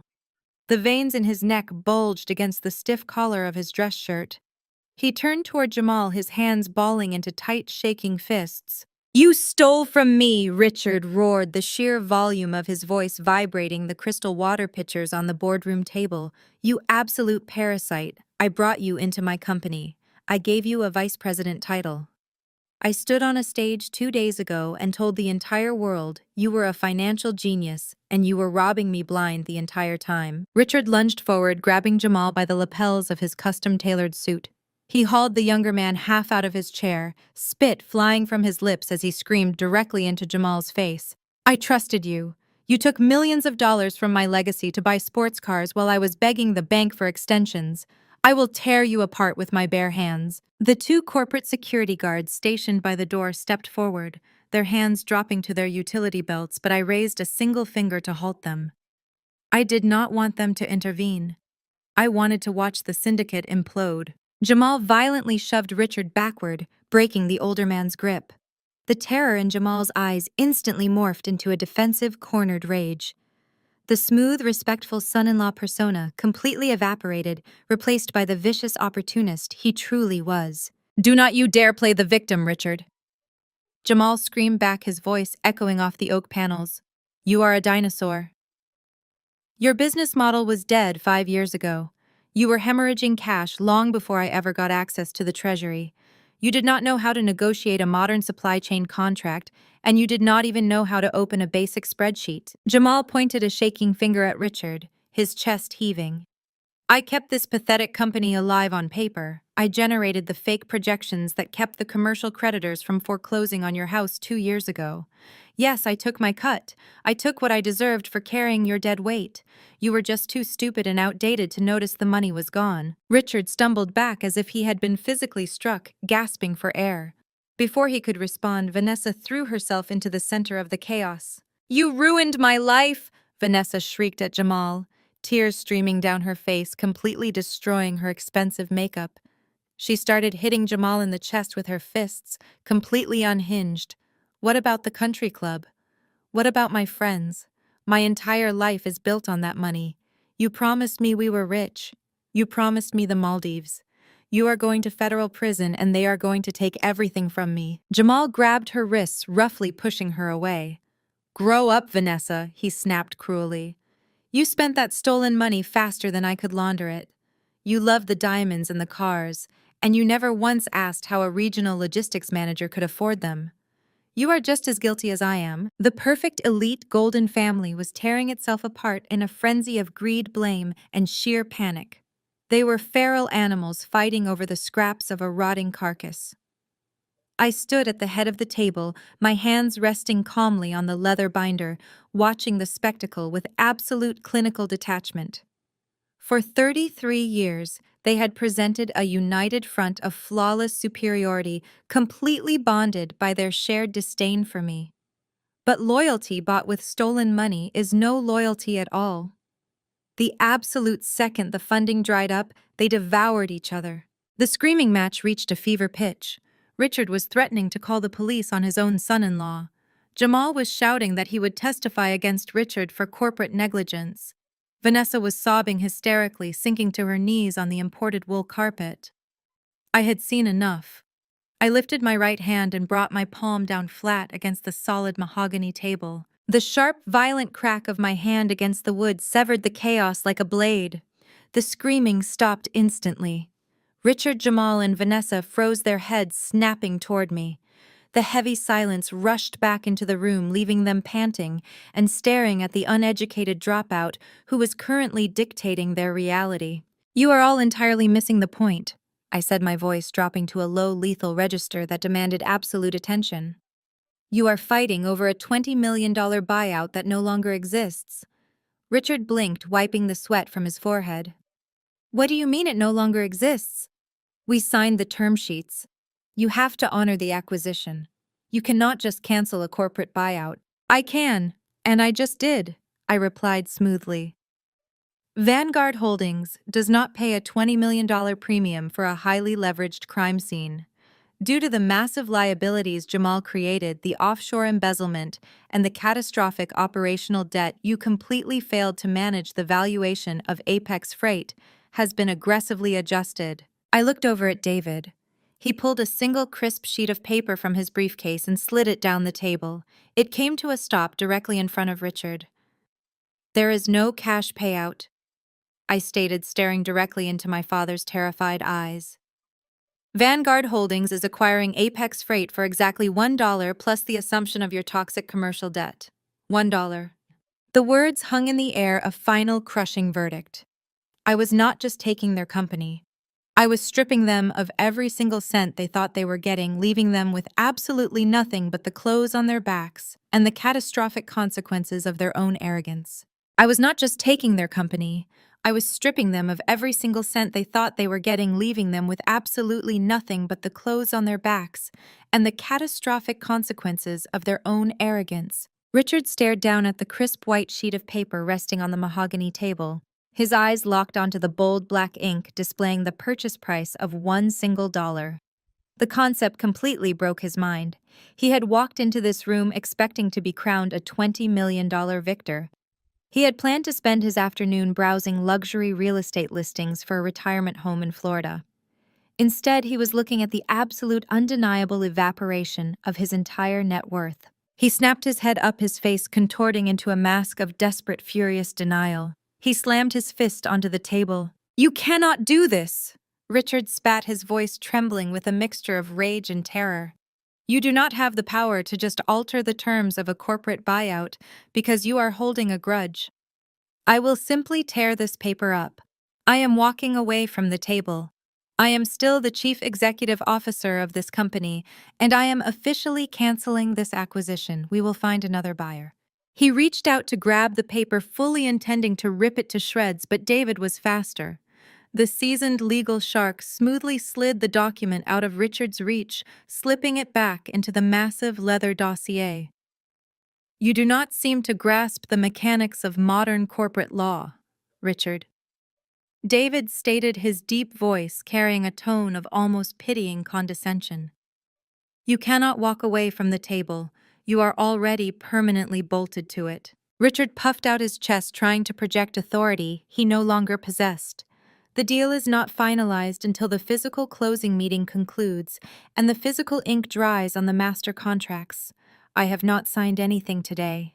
"The ink dried on Friday night, Richard," Voigt interjected, stepping perfectly into his line of sight to ensure he absorbed every single syllable. "You did not just sign preliminary term sheets. In your absolute blinding greed to secure the cash payout before your commercial creditors realized you were insolvent, you and Jamal authorized the binding digital transition documents. You executed the electronic signatures at exactly 4 in the afternoon." Jamal's head snapped up. His eyes widened as the lethal reality of his own aggressive negotiation tactics finally caught up to him. He had pushed the Vanguard proxy buyers for an expedited, fully binding digital close to ensure the money would be locked in before the weekend. He had unknowingly built the exact cage he was now trapped inside. Those digital signatures included absolute personal liability clauses and irrevocable transfer of ownership rights. I continued, my voice echoing with crushing finality. "As of Friday night, Apex Freight ceased to be your property. As of this morning, Apex Freight is officially a wholly owned subsidiary of Vanguard Holdings. I own the building we are standing in. I own the desks you sit at. I own the failing logistics contracts, and I own the massive mountain of debt you created." Richard looked at Jamal silently, begging the slick financial executive to find a legal loophole to use his Ivy League education to counter my claims. But Jamal was completely paralyzed. He stared at the floor, his jaw tight, his hands still shaking. He knew I was right. The trap was flawlessly constructed and legally bulletproof. "Which brings us to your current employment status," I announced. I straightened my posture, radiating the absolute unyielding authority of a chief executive officer. I looked directly at Richard, then shifted my gaze to Jamal, and finally looked down at Vanessa, who was still kneeling on the imported wool carpet, her makeup completely ruined by her hysterical tears. You have grossly violated your fiduciary duties to this company. I stated clearly, ensuring the legal parameters of my next action were documented by my legal team. You have engaged in systemic financial negligence, active corporate embezzlement, and federal wire fraud. Therefore, Richard, Vanessa, Jamal, you are all officially terminated for cause. The words hung in the air, heavy and lethal. Terminated for cause means you receive absolutely no severance packages, I explained, slicing through whatever tiny sliver of hope they had left. There are no golden parachutes. There is no continuation of your executive health benefits. Your corporate credit cards were frozen at 8 o'clock this morning. Your company vehicles are currently being repossessed from the executive parking garage downstairs. You are stripped of everything. Richard staggered backward. He looked like a man who had just been forcefully ejected from an airplane without a parachute. He had spent his entire life treating me like a worthless outcast, simply because I did not conform to his shallow elitist standards. Now the uneducated dropout held the absolute power over his professional and financial existence.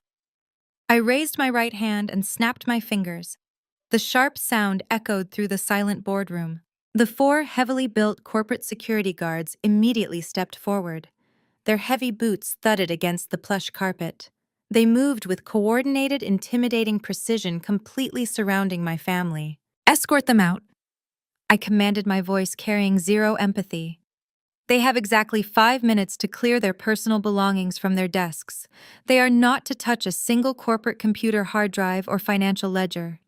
If they attempt to take a single piece of company hardware, you will immediately call the local police and have them arrested for corporate theft. One of the security guards stepped up to Jamal, placing a firm, unyielding hand on his custom-tailored shoulder. "Let us go, sir," the guard ordered, his tone leaving absolutely no room for debate. Jamal did not resist. The arrogant vice president of finance, the man who had thrown a $50 bill at my feet and told me to leave the corporate world to the adults, simply lowered his head in utter defeat. He allowed the security guard to guide him toward the boardroom doors like a compliant prisoner. Vanessa scrambled to her feet, her silk dress wrinkled and stained with her own tears. She grabbed her expensive designer handbag, shooting me a look of pure, concentrated hatred, before turning and practically running out of the room, desperate to escape the suffocating humiliation. That left Richard. My father stood at the head of the table, his empire completely reduced to ashes. He looked at the walls of the executive boardroom he had decorated to stroke his own ego. He looked at the leather chair he had occupied for decades. Finally, he looked at me. His eyes were hollow, completely devoid of the mocking superiority that had defined our relationship for 33 years. He opened his mouth, perhaps to beg, perhaps to apologize, but the words died in his throat. There was nothing left to say. A security guard gestured firmly toward the exit. Richard slowly turned and walked toward the heavy oak doors. His shoulders slumped, his steps heavy and aged. I stood at the head of the table and watched them go. I watched my security detail march them down the luxurious executive hallway. I knew that in exactly 5 minutes, they would be perp-walked through the ground floor lobby. The dispatchers and warehouse workers, the very people they had looked down upon and robbed, would watch the elite, untouchable family being thrown out onto the street. The physical manifestation of power was complete. The corporate cancer had been surgically excised, and the healing of the actual company could finally begin. 3 hours later, I was sitting behind the massive custom marble desk in my private penthouse office at Vanguard headquarters. The adrenaline of the hostile takeover had faded, replaced by the quiet, intense focus required to actually salvage a dying corporation. I was reviewing the preliminary restructuring plans David had drafted, reallocating the recovered embezzled funds to stabilize the payroll for the blue-collar workers Richard had so carelessly jeopardized. The panoramic view of the Atlanta skyline behind me served as a silent reminder of the empire I had built entirely on my own. The absolute silence of my executive suite was suddenly shattered by a sharp, chaotic commotion bleeding through the frosted glass doors. I heard the frantic, apologetic voice of my executive receptionist clashing with the sharp, demanding tone of a woman who was entirely accustomed to getting her way. Before I could press the intercom button to summon my security detail, the heavy glass doors flew open. Patricia stormed into the room. My mother looked completely out of place in the sleek, high-tech environment of a multi-million-dollar equity firm. She was dressed for a casual Tuesday at the Buckhead Country Club, wearing a pristine white tennis skirt, a designer pastel cardigan draped over her shoulders, and oversized luxury sunglasses pushed back into her perfectly highlighted hair. But the confident, arrogant aura she had projected at the retirement party was entirely gone. Beneath the expensive aesthetics, she was vibrating with a raw, primal panic. My receptionist, a highly efficient young man, stood anxiously in the doorway. "I am so sorry, Miss Vanguard," he said, visibly flustered. She bypassed the lobby security desk and refused to wait in the holding area. "She claims she is your mother." "It is fine," I said, keeping my voice perfectly level. "You can return to your desk. Close the doors behind you." The receptionist nodded, stepping back and pulling the heavy glass doors shut, sealing Patricia and me inside the sprawling, silent office. Patricia stopped at the center of the room.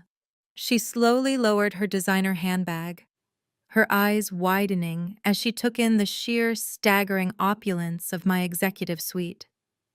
She looked at the imported Italian marble floors, the massive digital stock tickers running silently along the far wall, and the breathtaking, unobstructed view of the city. Her brain was rapidly processing the terrifying reality that the daughter she had mocked as a worthless dropout was currently sitting at the absolute pinnacle of corporate power. I leaned back in my ergonomic leather chair, steepling my fingers together. I did not stand up to greet her. I did not offer her a seat. I waited to see exactly how the ultimate enabler would attempt to navigate the destruction of her host. For 33 years, Patricia had survived by attaching herself to whoever held the most power and money in the room. When Richard was a successful logistics CEO, she happily played the role of the devoted, arrogant wife, turning a blind eye to his cruelty, as long as she got to ride in first class. When Jamal flashed his stolen wealth, she immediately favored him over me, eager to bask in the glow of his expensive gifts. Now that Richard was ruined and Jamal was facing federal prison, Patricia was desperately searching for a new life raft. Her face suddenly crumpled. The arrogant country club matriarch completely vanished, replaced by a theatrical display of maternal devotion. She let out a loud, wavering sob, pressing a perfectly manicured hand against her chest. "Rachel, my beautiful girl." Patricia cried, her voice thick with manufactured emotion. She rushed forward, her tennis shoes squeaking slightly against the marble floor, opening her arms wide as if she were going to pull me into a deep, loving embrace. I did not move a single muscle. I simply stared at her with absolute freezing detachment. My physical boundary was so rigid, so completely unyielding, that Patricia stopped dead in her tracks just 2 feet from my desk. Her arms dropped awkwardly back to her sides. "I always knew you were special." Patricia wept, pulling a lace handkerchief from her pocket and dabbing carefully at the corners of her eyes to ensure she did not ruin her expensive mascara. "I knew it from the day you were born. You are so brilliant, Rachel. Look at what you have built here. It is absolutely incredible." I remained entirely silent. I watched her pivot her loyalty in real time. It was a fascinating, repulsive psychological display. "Your father was so wrong." Patricia continued, her tone shifting seamlessly from maternal pride to venomous blame. She was throwing her husband of 35 years directly under the bus without a single second of hesitation. "He was a fool to ever doubt you." I told him, Rachel. I told him for years that he was being too harsh on you. But you know how Richard is. He never listens to anyone but himself.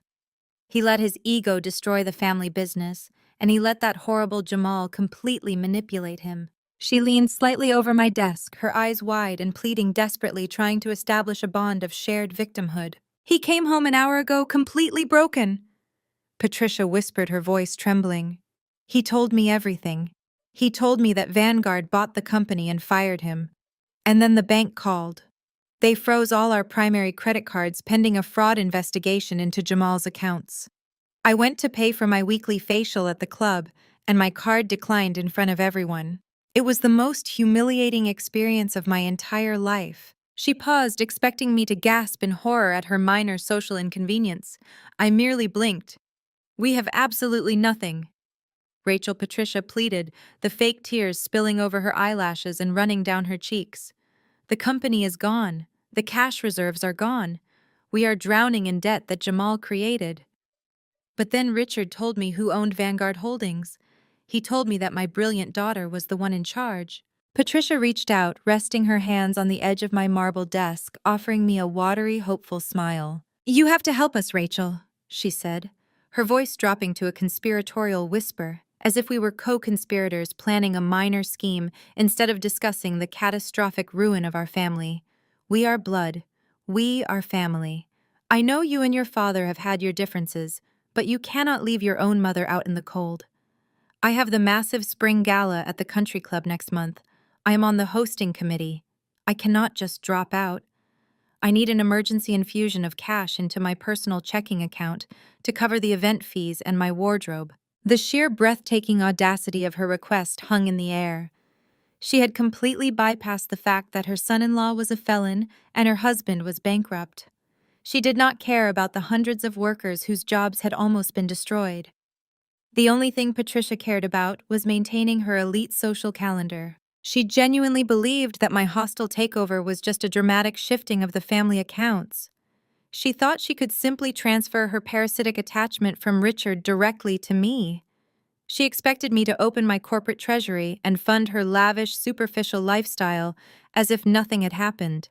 She expected the uneducated dropout to become her new limitless ATM. I looked at the woman who had brought me into the world.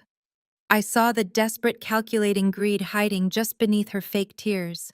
She was waiting for me to smile, to pull out a checkbook, to finally seek the maternal validation she had withheld for my entire life.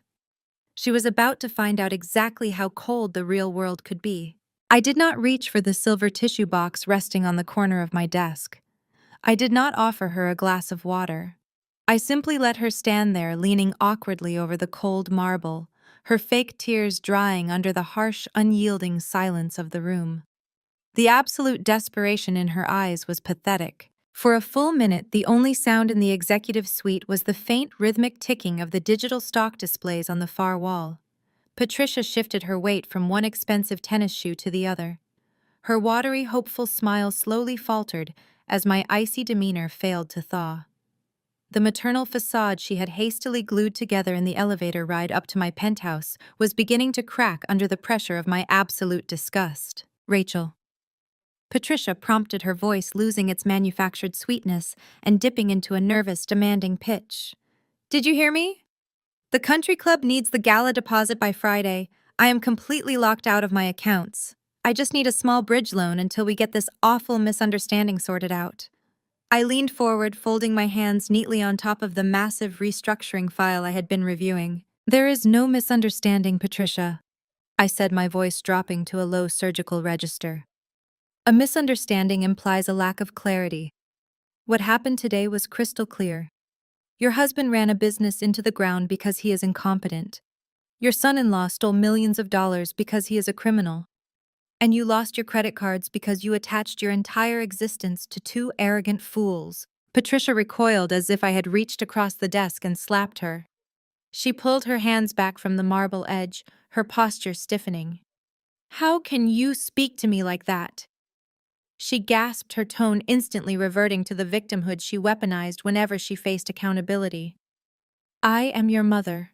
I have done nothing but love and support you.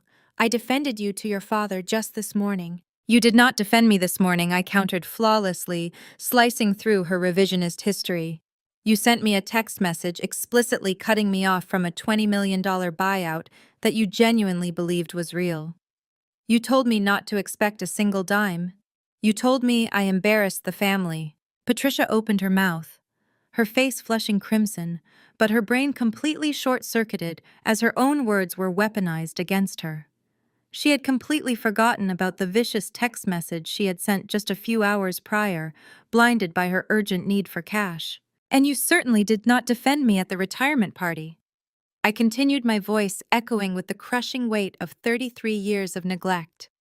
You sat there at the head table. You watched my father grab a microphone and publicly humiliate me in front of 200 people. You watched Jamal throw a $50 bill at my feet in the parking lot. You did not intervene. You did not speak up. You sat there and drank your martini while he humiliated me. I stood up slowly from my ergonomic chair, rising to my full height. The sheer intimidating presence of my corporate authority completely engulfed her fading country club arrogance. I walked around the massive marble desk, closing the physical distance, until I was standing just inches away from her. You allowed them to treat me like garbage for 30 years, I stated, staring directly into her wide, terrified eyes. You watched them tear me down. And you smiled because joining in on the mockery guaranteed your place in Richard's wealthy little kingdom. You never cared about my well-being. You only cared about your tennis skirts, your luxury vacations, and your elite social standing. Rachel, that is not true, Patricia pleaded, stepping backward. Her voice lacked any genuine conviction. She was scrambling, desperately searching for a manipulative foothold that simply did not exist. I am your family. You have to take care of me. My net worth isn't a life raft for your bad choices. I delivered the final, undeniable verdict. I am not funding your country club gala. I am not paying your mortgage. I am not rescuing you from the financial grave you watched your husband and your son-in-law dig for this family. You chose their side a long time ago. Now you get to experience exactly what happens when their money runs out. The realization finally hit her. The illusion shattered completely. There would be no check. There would be no reconciliation. The limitless ATM she had envisioned had permanently locked her out. Patricia's face twisted into an ugly, venomous sneer. The fake tears evaporated instantly. You ungrateful little brat, she hissed, her true nature completely unmasked. We gave you everything. You owe us. You think you can just steal your father's company and leave us to rot? You will be completely alone. No one will ever love a cold, ruthless machine like you. I looked at the furious, empty woman standing in my office, and I felt absolutely nothing. No anger, no sorrow, just a profound, liberating emptiness. I am entirely comfortable being alone, I replied.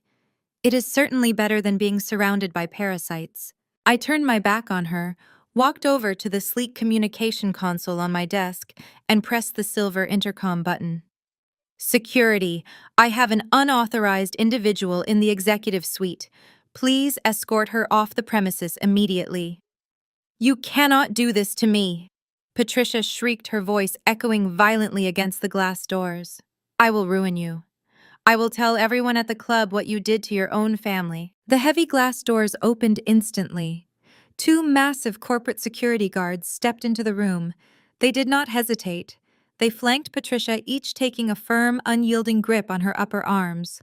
Let go of me! Do you know who I am? Patricia screamed, struggling wildly against their grip.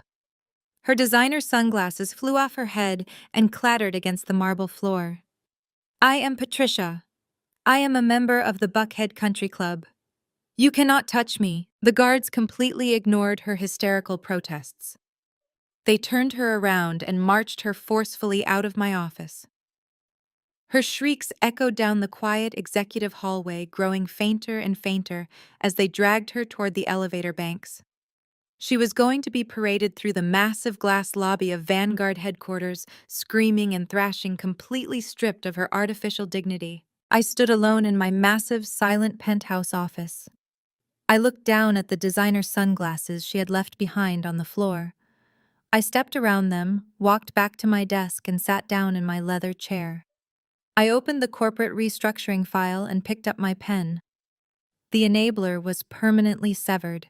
The toxic anchor that had dragged me down for over 3 decades was finally cut loose. I took a deep, steadying breath, feeling the absolute untouchable peace of my empire, and went back to work. The peace of my empire remained undisturbed for exactly 18 hours.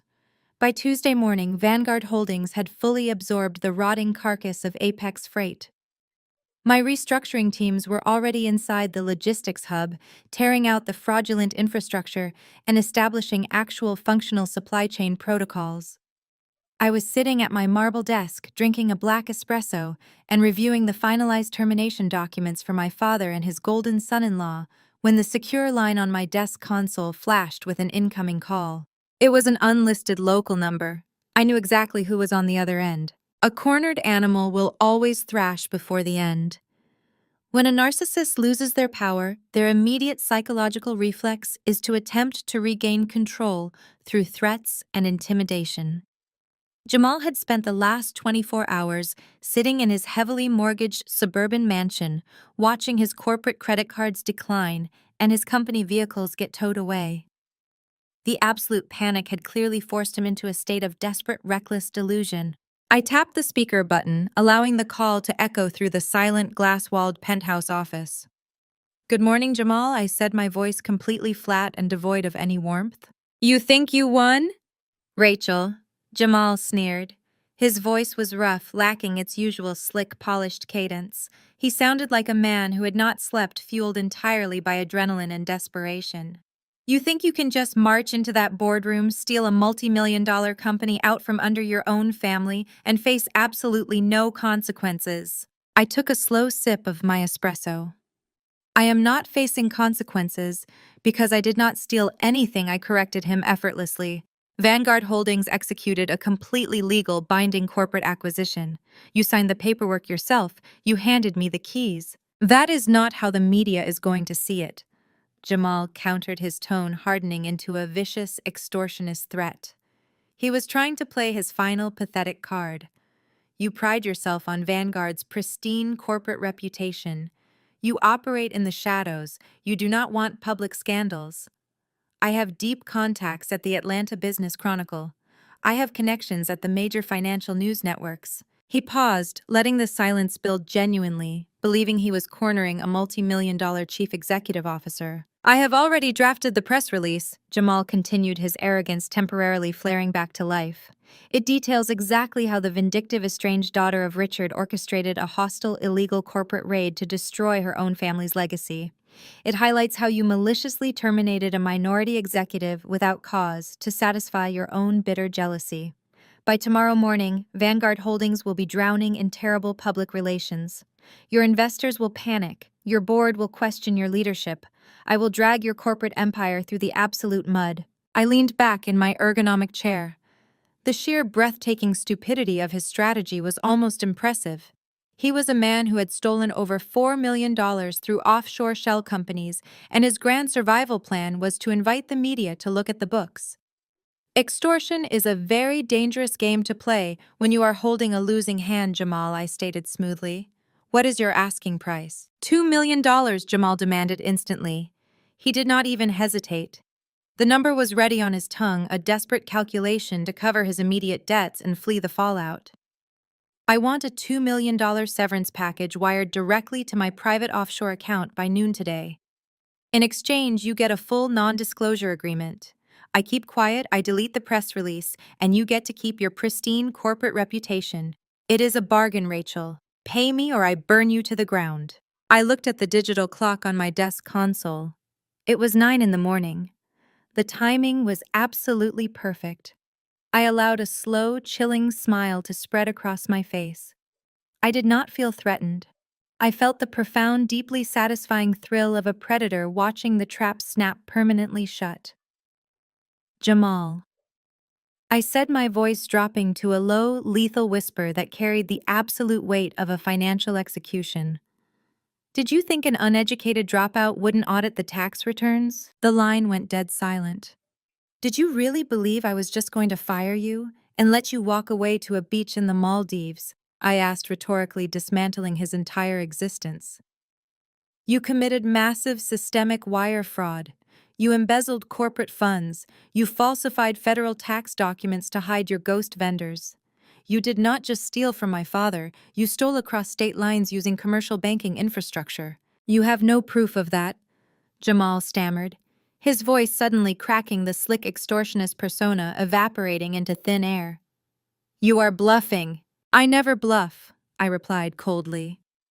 "My chief legal officer spent the entire weekend compiling a massive unredacted dossier of your financial crimes. We have the bank routing numbers. We have the shell company and corporation documents. We even have the recorded phone call where Vanessa enthusiastically confessed to using your illegal tax loopholes. I did not lock those files in a corporate vault, Jamal. I handed your unredacted embezzlement files directly to the Internal Revenue Service Criminal Investigation Division and the Federal Bureau of Investigation at 6 o'clock yesterday evening. No! Jamal gasped, a raw, primal sound of absolute terror ripping from his throat. No, you would not do that to your own sister. I did not do anything to my sister, I corrected him. I simply handed the truth to the authorities. You did this to yourselves. I paused, listening closely to the audio feed coming through the speakerphone. Faintly in the background of Jamal's end of the line, I heard the distinct heavy crunch of thick rubber tires rolling over a gravel driveway. Look out your window, Jamal, I commanded softly. There was a frantic rustling sound over the phone as Jamal likely scrambled toward the front window of his massive suburban mansion. Then the background noise erupted. I heard the aggressive slamming of heavy car doors. I heard the sharp, booming voice of federal agents barking commands over a megaphone. I heard Vanessa let out a shrill, hysterical scream from somewhere deep inside the house. The heavy, authoritative pounding on a solid oak front door echoed clearly through the receiver. Federal agents, open the door. We have a warrant. Jamal did not say another word. He did not try to negotiate. He did not threaten the media. The heavy thud of his cell phone hitting the hardwood floor resonated through the speaker. He had simply dropped the device in sheer paralyzing shock as the physical manifestation of his federal crimes breached his front door. I sat in my silent, unbothered penthouse office and listened to the chaos unfold. I heard the sound of glass shattering. I heard the agents storming the foyer shouting for Jamal to get on the ground and put his hands behind his back. I heard Vanessa sobbing uncontrollably as the illusion of her elite country club life was violently dismantled by men in tactical windbreakers. I reached out and pressed the silver button on my console, disconnecting the call. The office returned to its absolute, untouchable silence. Jamal thought he could extort a tiger by threatening to pull its tail. Instead, he had just been dragged completely underwater. The brother-in-law was officially neutralized. By Wednesday afternoon, the financial shockwave of Jamal's spectacular arrest had completely leveled what remained of my family's fraudulent empire. While Vanessa was busy dealing with frozen assets, police interrogations, and the terrifying reality of her husband's federal indictment, a much larger and significantly quieter collapse was occurring in the affluent, manicured suburbs of Buckhead. My father was facing total catastrophic personal bankruptcy. The mechanism of his destruction was entirely his own doing. 3 years ago, when Richard first realized Apex Freight was bleeding cash, his colossal ego refused to let him admit failure to his wealthy peers. He could not stomach the idea of downsizing. Instead, he went directly to a private commercial bank to secure a massive high-interest line of credit to keep the company afloat. Because the logistics firm was already showing signs of distress, the bank demanded physical leverage. In his absolute blinding arrogance, Richard signed a personal guarantee. He put up the family's 10,000 square foot fully paid off mansion as personal collateral for the corporate debt. When Vanguard Holdings acquired Apex Freight for $1 and officially terminated Richard for cause, the commercial bank reacted instantly. The termination triggered an immediate default clause on his personal guarantee. The bank called in the debt. Richard did not have the liquid cash to cover it because Jamal had stolen all of it. The bank immediately initiated aggressive foreclosure proceedings to seize his sprawling estate. On Thursday afternoon, my desk console chimed. My executive receptionist spoke through the intercom, his voice tight with professional caution. Miss Vanguard, your father is in the ground floor lobby. He does not have an appointment. The security team is currently blocking him from the executive elevators and is preparing to physically escort him off the premises. Shall I give the order? I looked out the floor-to-ceiling windows at the sprawling Atlanta skyline. For my entire life, Richard had controlled the doors. He decided who was allowed into the inner circle and who was cast out into the cold. Now I owned the building, I owned the doors, and I owned the security team deciding his fate. Stand down, security, I instructed smoothly. Send him up to my office. 5 minutes later, the heavy frosted glass doors of my penthouse suite opened. Richard walked in.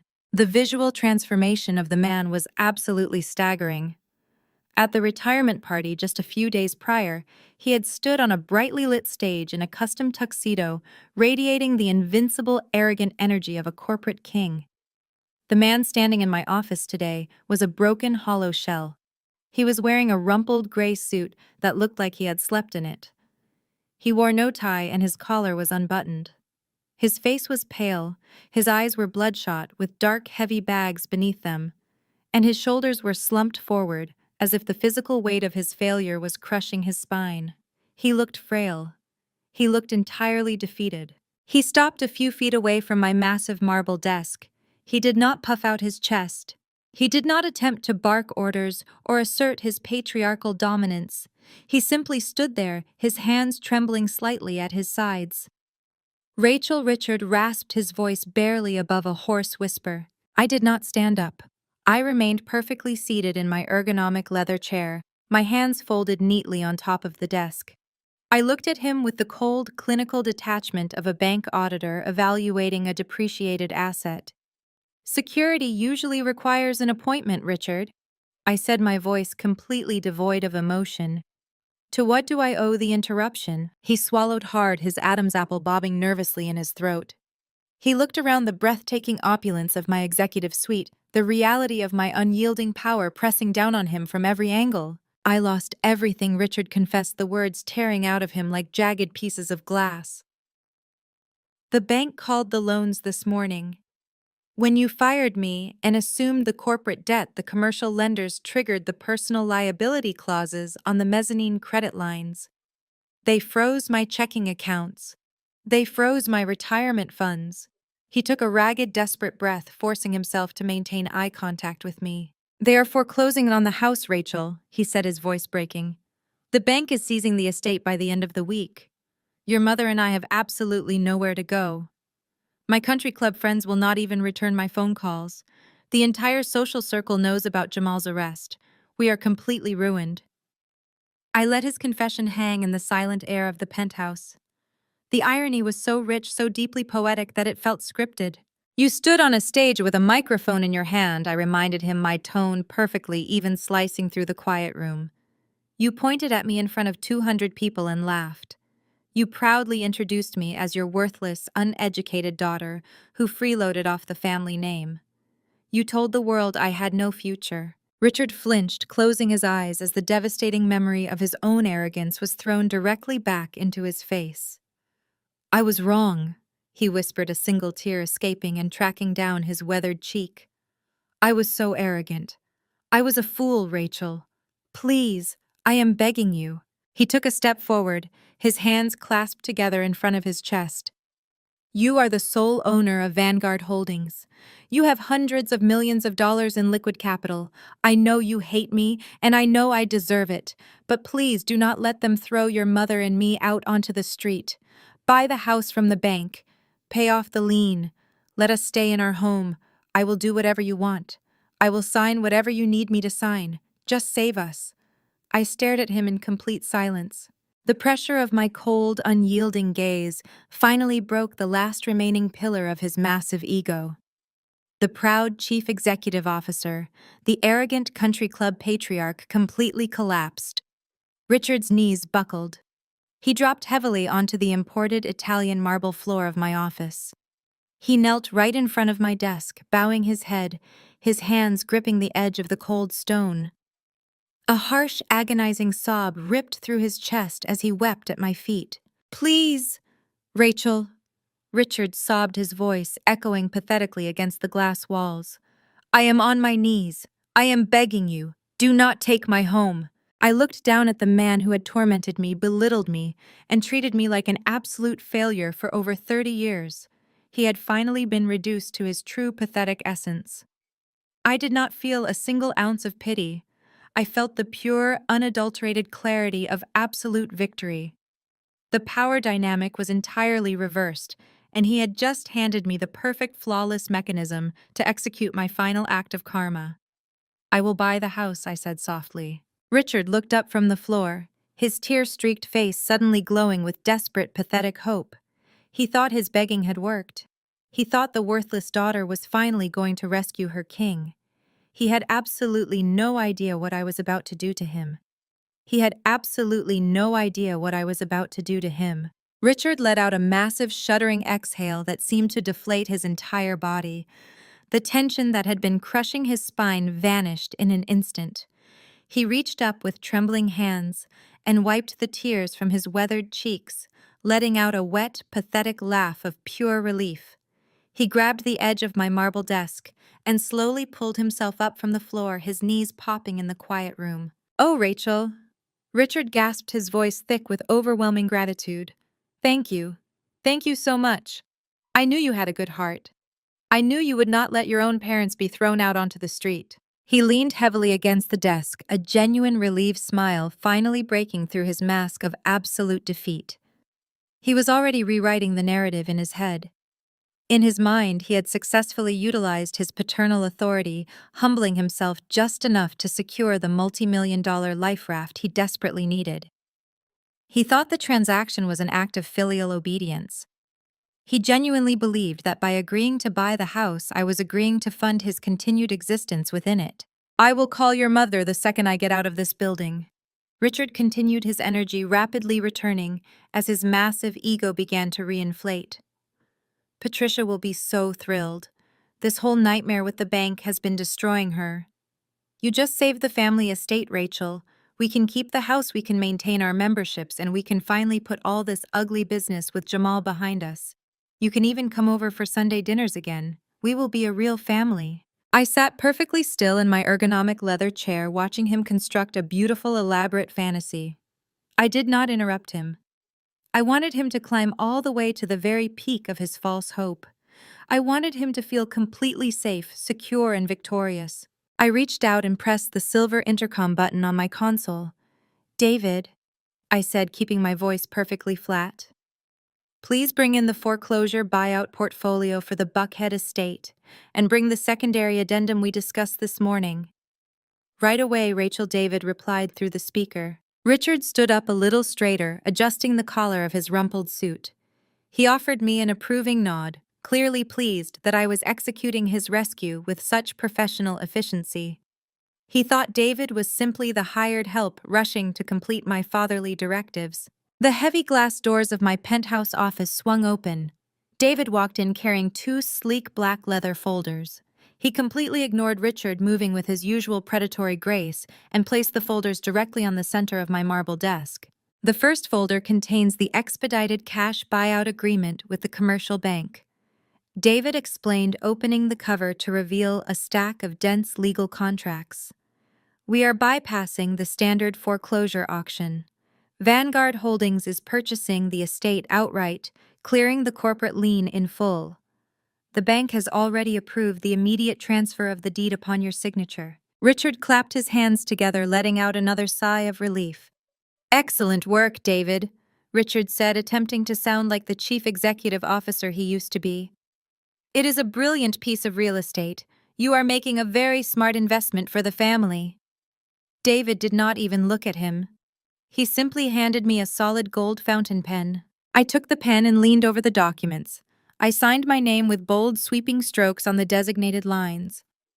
With every stroke of the pen, I was legally severing my father from the single greatest symbol of his wealth and status. I completed the final signature and pushed the folder back to David.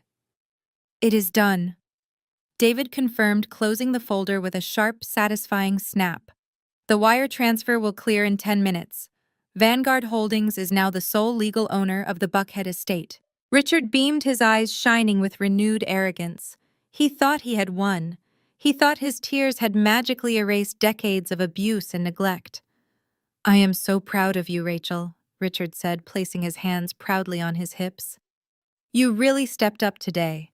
I will head back to the house right now and tell the security gate to put you on the permanent guest list." I set the gold fountain pen down on the marble desk.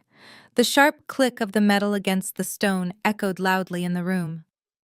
I picked up the second black leather folder David had brought in. I opened it, extracted a single crisp sheet of white paper, and slid it smoothly across the polished marble. It came to a stop directly in front of Richard. "You do not need to put me on the guest list, Richard," I said, my voice dropping to a low, chilling register that instantly froze the smile on his face. "I own the gate." Richard frowned in confusion. He looked down at the single sheet of paper resting on the desk. He leaned forward, his eyes scanning the bold black text printed at the top of the document, notice of immediate eviction. His breath hitched violently in his throat. His hands shot out, gripping the edges of the paper as if it were burning him. He read the legal text rapidly, his eyes darting back and forth across the page. His face, which had just regained a healthy flush of hope, instantly drained of all color, turning a sickly, translucent white. "What is this?" Richard gasped, his voice cracking with sheer, unadulterated panic. "Rachel, what does this mean?" "It means exactly what it says," I replied, rising slowly from my leather chair. I stood at my full height, projecting absolute crushing authority. I looked directly into his terrified, broken eyes. "I bought the property," Richard Wise stated, delivering the final, devastating blow with surgical precision. "It is a great investment for my real estate portfolio. The land value alone is astronomical, but Vanguard Holdings does not allow unauthorized tenants to reside in our corporate assets. You have exactly 48 hours to vacate my premises." Richard staggered backward, the eviction notice fluttering from his trembling fingers to the floor. "No," he whispered, shaking his head frantically. "No, you said you would buy the house. You said you would save us." "I said I would buy the house," I corrected him coldly. "I never said I was letting you stay in it." The absolute devastation that washed over him was biblical. The psychological trap had snapped entirely shut. I had not just refused to help him. I had actively purchased the instrument of his destruction so I could be the one to legally wield it. He was not losing his home to an anonymous, faceless bank. He was being violently legally thrown out onto the street by the exact same daughter he had mocked as an uneducated, worthless dropout just a few days ago. "Rachel, please, you cannot do this!" Richard shrieked, his voice rising to a hysterical pitch. "We have nowhere to go. We have no money. We will be homeless. You are my daughter. You stopped being my father the second you handed Jamal the microphone." I replied, my voice devoid of any empathy. "You made your choices, Richard. You valued country club aesthetics over your own flesh and blood. Now you get to pack your bags and experience the real world." I looked at David. "Call security," I ordered. "Escort him out of the building. He has packing to do." Richard did not even try to fight as the guards entered the room. He was completely, irrevocably broken. The towering patriarch of the family had been reduced to an empty shell.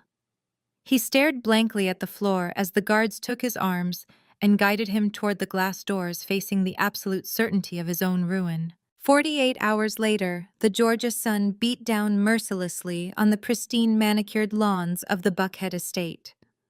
I sat in the back of my armored black SUV parked discreetly just outside the massive wrought iron gates. The heavy metal gates were currently locked open, commanded by a digital code that only I possessed. Through the heavily tinted bulletproof glass, the interior cabin remained perfectly cool and completely silent.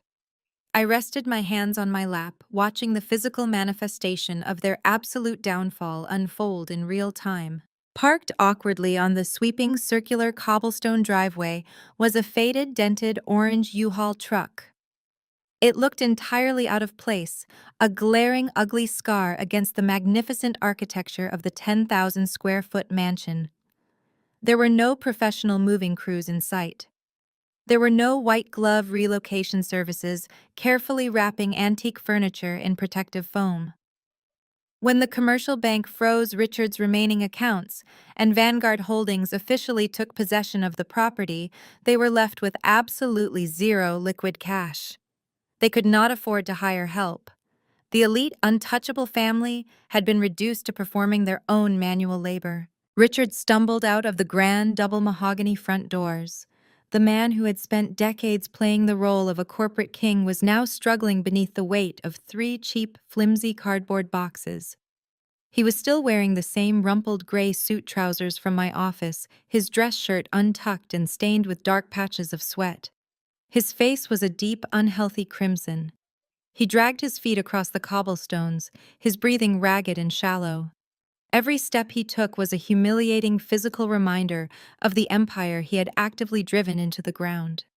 He hauled the boxes to the back of the rented truck, his arms shaking violently as he shoved them inside. Seconds later, Vanessa emerged from the house. Her appearance was even more pathetic. The golden child who had called me just days ago to brag about flying first class to the Maldives was currently sobbing uncontrollably. Her face was puffy and red, her expensive hair extensions tangled and matted against her neck. She was clutching an armful of massive, ridiculously expensive designer handbags. She scrambled toward the back of the U-Haul, her expensive heels scraping awkwardly against the driveway. She threw the bags into the dirty, rust-stained interior of the truck. I watched with clinical amusement as a $30,000 leather purse was aggressively shoved against a greasy metal wall, its pristine material instantly ruined. Vanessa was entirely alone in her struggle.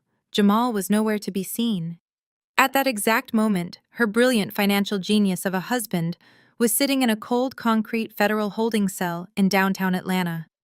Due to the massive scale of the offshore embezzlement and his clear access to foreign accounts, the federal judge had immediately denied him bail, labeling him a severe flight risk. The luxurious overwater bungalow had been permanently swapped for a stainless steel toilet and a cinder block wall. Vanessa was facing the terrifying reality of complete isolation, left to pack up the remnants of her fraudulent life while her husband awaited a guaranteed federal prison sentence. Then Patricia walked out of the house. The sight of my mother was the most jarring transformation of all. The arrogant, impeccably styled country club matriarch had completely evaporated. She looked as though she had aged 15 years in a matter of 2 days. Stripped of her expensive makeup, her salon blowouts, and her curated luxury wardrobe, she looked small, frail, and utterly defeated. She was wearing a faded, oversized gray tracksuit. She carried a single plastic storage bin filled with cheap kitchen supplies, her knuckles white from the strain. Halfway down the cobblestone driveway, Patricia stopped. She slowly lowered the plastic bin to the ground and turned around. She looked back at the towering stone facade of the mansion, staring up at the massive floor-to-ceiling windows of the master suite. Her shoulders began to shake. Even from the street through the tinted glass of my vehicle, I could see the absolute crushing despair washing over her. She was realizing that she would never host another elite gala. She would never sip another gin martini on the expansive stone patio. The wealthy, insulated society she had valued above the well-being of her own daughter had permanently locked its doors to her. She was officially an outsider. Richard barked a hoarse command at her from the back of the truck, urging her to hurry up. My deadline was absolute. They had exactly 10 minutes left before the Vanguard security teams arrived to officially lock down the perimeter and change the digital security codes. Patricia flinched at his harsh tone, hurriedly picking up the plastic bin and shuffling toward the U-Haul. The toxic dynamic that had sustained their marriage for decades was now exposed as a hollow, bitter alliance of convenience, crumbling the second the money vanished. They were not moving to a smaller luxury home. They were not downsizing to a chic modern condominium in a trendy neighborhood. With their credit completely destroyed, their bank accounts frozen, and Richard's name professionally blacklisted across the entire financial sector, their housing options were non-existent. They had been forced to sign a lease for a cramped 2-bedroom, low-rent apartment in a decaying complex on the far outskirts of the city. It was a place where the walls were paper-thin, the appliances were broken, and the reality of their new crushing poverty would stare them in the face every single morning. Richard slammed the heavy metal door of the U-Haul truck shut. The loud, echoing clang signaled the absolute end of their reign. He climbed heavily into the driver's seat, while Vanessa and Patricia crammed themselves into the small, uncomfortable passenger cabin. The engine sputtered to life, a rough, unrefined, mechanical growl that sounded nothing like the purr of Jamal's repossessed Porsche. I watched the faded orange truck slowly roll down the driveway, pass through the massive iron gates, and turn onto the main road. They did not notice my armored SUV parked quietly in the shadows. They did not look back. They simply drove away carrying the pathetic cardboard-boxed remnants of their shattered egos toward a miserable, unforgiving future. I sat back in the plush leather seating, a profound, unshakable sense of peace finally settling into my chest. The toxic rot had been completely removed from the premises. The estate was finally clean. The estate was finally clean. I reached forward to press the intercom button, fully intending to instruct my chauffeur to pull through the iron gates so I could officially survey my new property. But before my finger even touched the silver console, the orange U-Haul truck abruptly slammed on its brakes at the stop sign just 50 yards down the road. Through the tinted windshield, I watched the heavy passenger side door of the rusted cab aggressively kick open. Vanessa practically fell out onto the asphalt. She had spotted my vehicle. She recognized the massive blacked-out armored SUV idling in the shadows, the exact same vehicle that had humiliated her at the country club valet stand just a few nights ago. She did not care about her ruined silk dress. She did not care that she was entirely barefoot, having discarded her uncomfortable designer heels during the agonizing packing process. She sprinted back up the street toward my vehicle, her face twisted into a mask of absolute feral desperation. Richard leaned out of the driver's side window of the moving truck shouting her name, but she completely ignored him. She was running on pure panic. My security driver immediately tensed, his hands tightening on the leather steering wheel. "Ma'am, should I pull away?" he asked through the intercom, his voice thick with professional caution.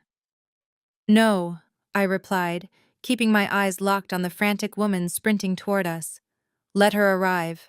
Vanessa reached the side of the SUV and slammed both of her hands flat against my rear passenger window. The heavy bulletproof glass did not even vibrate, but the dull thud of her palms slapping against the exterior echoed into the silent, climate-controlled cabin. She pressed her face against the dark tint, trying desperately to see inside. Her mascara was smeared in dark, jagged streaks down her cheeks. She looked completely unhinged, stripped of every single ounce of the elite country club superiority she had weaponized against me for my entire life. "Rachel!" Vanessa screamed, her voice muffled but frantic through the heavy armor. "Rachel, please, I know you are in there. Open the door. You have to talk to me." I looked at her for a long moment, feeling nothing but a profound clinical detachment. I pressed the button on my leather armrest. The thick glass slid down exactly 2 inches. The blast of hot, humid Georgia air instantly invaded the pristine cabin, bringing with it the smell of vehicle exhaust and the raw, pathetic sound of my sister's weeping. Vanessa immediately curled her fingers over the top edge of the glass. Gripping it so tightly, her knuckles turned white, terrified that I would roll it back up before she could speak. "Rachel, thank God," Vanessa gasped, tears spilling over her eyelashes and dropping onto the sleek black exterior of the door. "You have to help me. You have to fix this." "Fix what, Vanessa?" I asked, my voice completely flat, devoid of a single drop of empathy. "Jamal," she sobbed, her chest heaving violently. "They denied his bail yesterday. The federal judge said he is a flight risk because of the offshore accounts. He is sitting in a concrete cell, Rachel. He is terrified." I spoke to a high-priced defense attorney this morning, and he said he can file an emergency appeal, but he needs a massive retainer. "I need $1 million in liquid cash to secure his bond and pay the legal fees." She stared at me with wide, bloodshot eyes, genuinely expecting me to open my checkbook for the man who had robbed our father blind. "You have hundreds of millions of dollars," Vanessa pleaded, her voice cracking under the weight of her delusion. $1 million is nothing to you. Please write me a check. I cannot lose my husband to the federal prison system." "Jamal stole over $4 million, I reminded her smoothly. "He bought you diamonds and luxury cars with embezzled money, and you enthusiastically bragged about his illegal tax loopholes on a recorded line. You are incredibly lucky the FBI has not indicted you as a co-conspirator yet. I am not financing the legal defense of a federal criminal." Vanessa let out a strangled cry, shaking her head vigorously. "Then give me a job," she begged, immediately pivoting her strategy when the first demand failed. Give me a position at Vanguard Holdings. Make me a consultant. Put me on your executive board. You can pay me a massive salary, and I can use the money to save Jamal myself. She pressed her face closer to the 2-inch gap, her breath fogging the glass. I cannot live in that disgusting apartment, Rachel, she wailed, pure terror bleeding into every syllable. It smells like mildew. There are no security gates. I have never lived in a place like that. I do not know how to survive without money. We are blood. We are family. You cannot just leave me with nothing. I looked at the golden child. I looked at the woman who had stood in a corporate boardroom just a few days ago, laughing about how I would spend the rest of my life fetching coffee for successful people like her. She had spent 30 years coasting on our father's stolen wealth, fully believing she was inherently superior simply because she existed. You are not nothing, Vanessa, I said, carefully modulating my tone to sound perfectly conversational, completely unaffected by her hysteria. You spent the last 10 years bragging about your elite education. You stood in that boardroom and told me how you were flying first class to the Maldives because you were a highly educated corporate executive. I leaned slightly closer to the window, ensuring she heard the absolute lethal finality in my next words. You had an Ivy League degree and a vice president title, I stated, delivering the ultimate reality check. Use them. Vanessa's jaw dropped. The sheer suffocating realization that I was actually leaving her to face the consequences of her own arrogance completely paralyzed her. She opened her mouth to scream, to hurl another insult, or to beg one final time, but I did not give her the opportunity. I pressed the button on my armrest. The heavy bulletproof window glided smoothly upward. Vanessa yelped quickly, snatching her fingers away before the glass snapped shut, sealing the cabin in perfect, absolute silence once again. Drive, I commanded. My chauffeur immediately shifted the SUV into gear. We pulled smoothly away from the curb, leaving Vanessa standing barefoot on the hot asphalt. Through the rearview mirror, I watched her collapse onto her knees in the middle of the street, burying her face in her hands as the orange U-Haul truck honked impatiently at her from the intersection. I reached into my tailored blazer and pulled out my personal cell phone. I opened my contacts list and navigated to the security settings. I verified that Richard and Patricia were permanently blocked. Then I added Vanessa's number, along with the burner number she had used to call me to the restricted list. I tapped the screen one final time, completely severing their digital access to my life. The physical boundary was established, the financial boundary was executed, and the communication boundary was now permanently locked.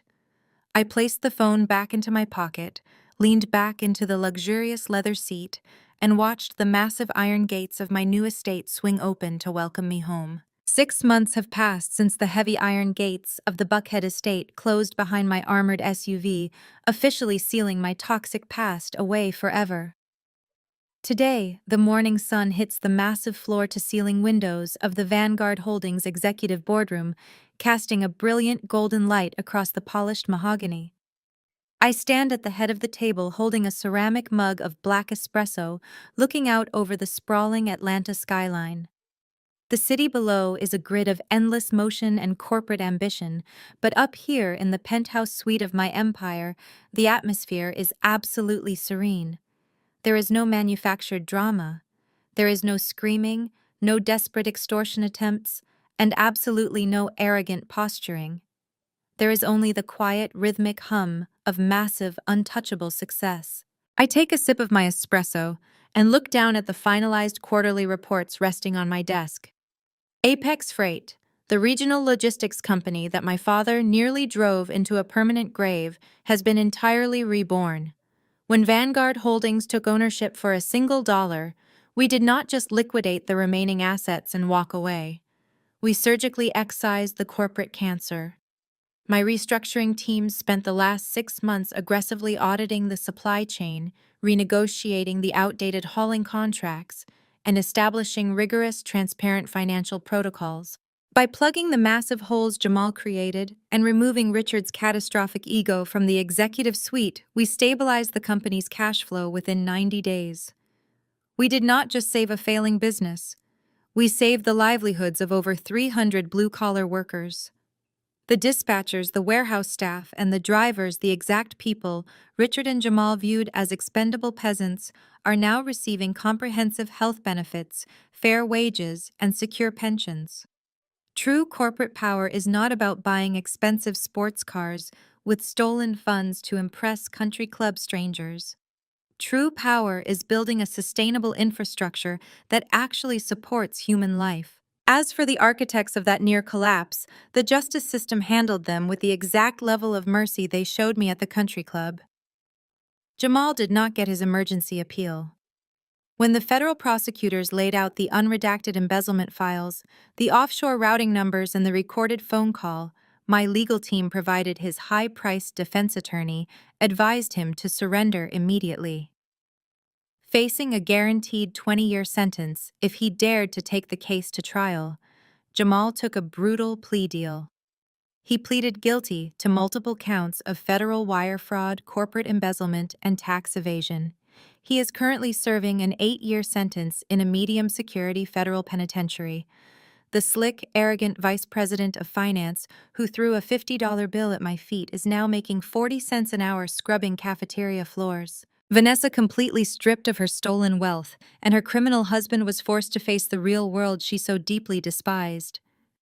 Her massive suburban mansion was seized and auctioned off by the government to pay federal restitution. The country club elite, terrified of being associated with a convicted felon, instantly blacklisted her. The superficial friends she bought with expensive dinners and lavish gifts vanished overnight. She was left entirely alone in that cramped, mildew-smelling apartment. Last I heard, the golden child finally had to dust off her useless Ivy League degree. She is currently working as a junior administrative assistant at a mid-level marketing firm. She spends her days fetching coffee and filing paperwork for executives who are exactly my age. She gets to spend the rest of her life living the exact nightmare she used to mock me for. But the most profound poetic justice belongs to my parents. Richard and Patricia had spent their entire lives worshiping the illusion of wealth, judging human worth entirely by zip codes and designer labels. When Vanguard legally evicted them from the Buckhead estate, they fell all the way to the absolute bottom of the social hierarchy. Without liquid cash, without credit, and with Richard's professional reputation permanently radioactive in the Atlanta business sector, they were forced into brutal survival mode. Richard, the former chief executive officer who loved to brag on brightly lit stages, now works as a part-time cashier at a big-box hardware store. Patricia, the vain superficial matriarch who demanded a bridge loan to fund her elite gala wardrobe, is currently bagging groceries at a local supermarket just to make rent. They spend their days on their aching feet wearing cheap polyester uniforms, taking orders from shift managers half their age. They are completely ostracized from the high society they sacrificed their own daughter to impress. They wanted to cast me out because I did not fit their flawless aesthetic. Now they are the ultimate outcasts. I turn away from the floor-to-ceiling windows and walk back to the head of the boardroom table. I set my espresso down next to the glowing digital displays of my global portfolio. For 33 years, I allowed their toxic voices to dictate my internal narrative. I allowed them to make me feel inadequate because I did not follow their prescribed superficial path. I believed that because we shared the same blood, I was obligated to endure their abuse in silence. I know better now. Blood is nothing more than a biological coincidence. It does not grant anyone a free pass to disrespect you, and it certainly does not require you to set yourself on fire just to keep them warm. You do not need a toxic family to build a fulfilling life. And you absolutely do not need a piece of paper from an Ivy League university to prove your worth to the world. Intelligence, resilience, and an unyielding work ethic cannot be printed on a diploma. Real success is not loud, arrogant, or flashy. It does not need a microphone or a ballroom full of clapping strangers. Success built in absolute silence and executed with flawless surgical precision is the ultimate untouchable revenge. I look at the Vanguard Holdings logo embossed on the leather chairs of my boardroom, feeling a deep, permanent sense of peace. I built my empire, I protected my boundaries, and I finally took out the trash. Rachel's journey powerfully illustrates that true worth is never defined by a piece of paper or the validation of toxic relatives. Despite enduring relentless mockery for lacking a formal degree, she quietly built an untouchable empire through pure resilience. The core lesson is that blood does not obligate you to tolerate disrespect or emotional abuse. True success is forged in silence, and establishing ironclad boundaries is the ultimate act of self-preservation. You never have to set yourself on fire to keep abusers warm. Have you ever walked away from toxicity to protect your peace? Share your story and comment below.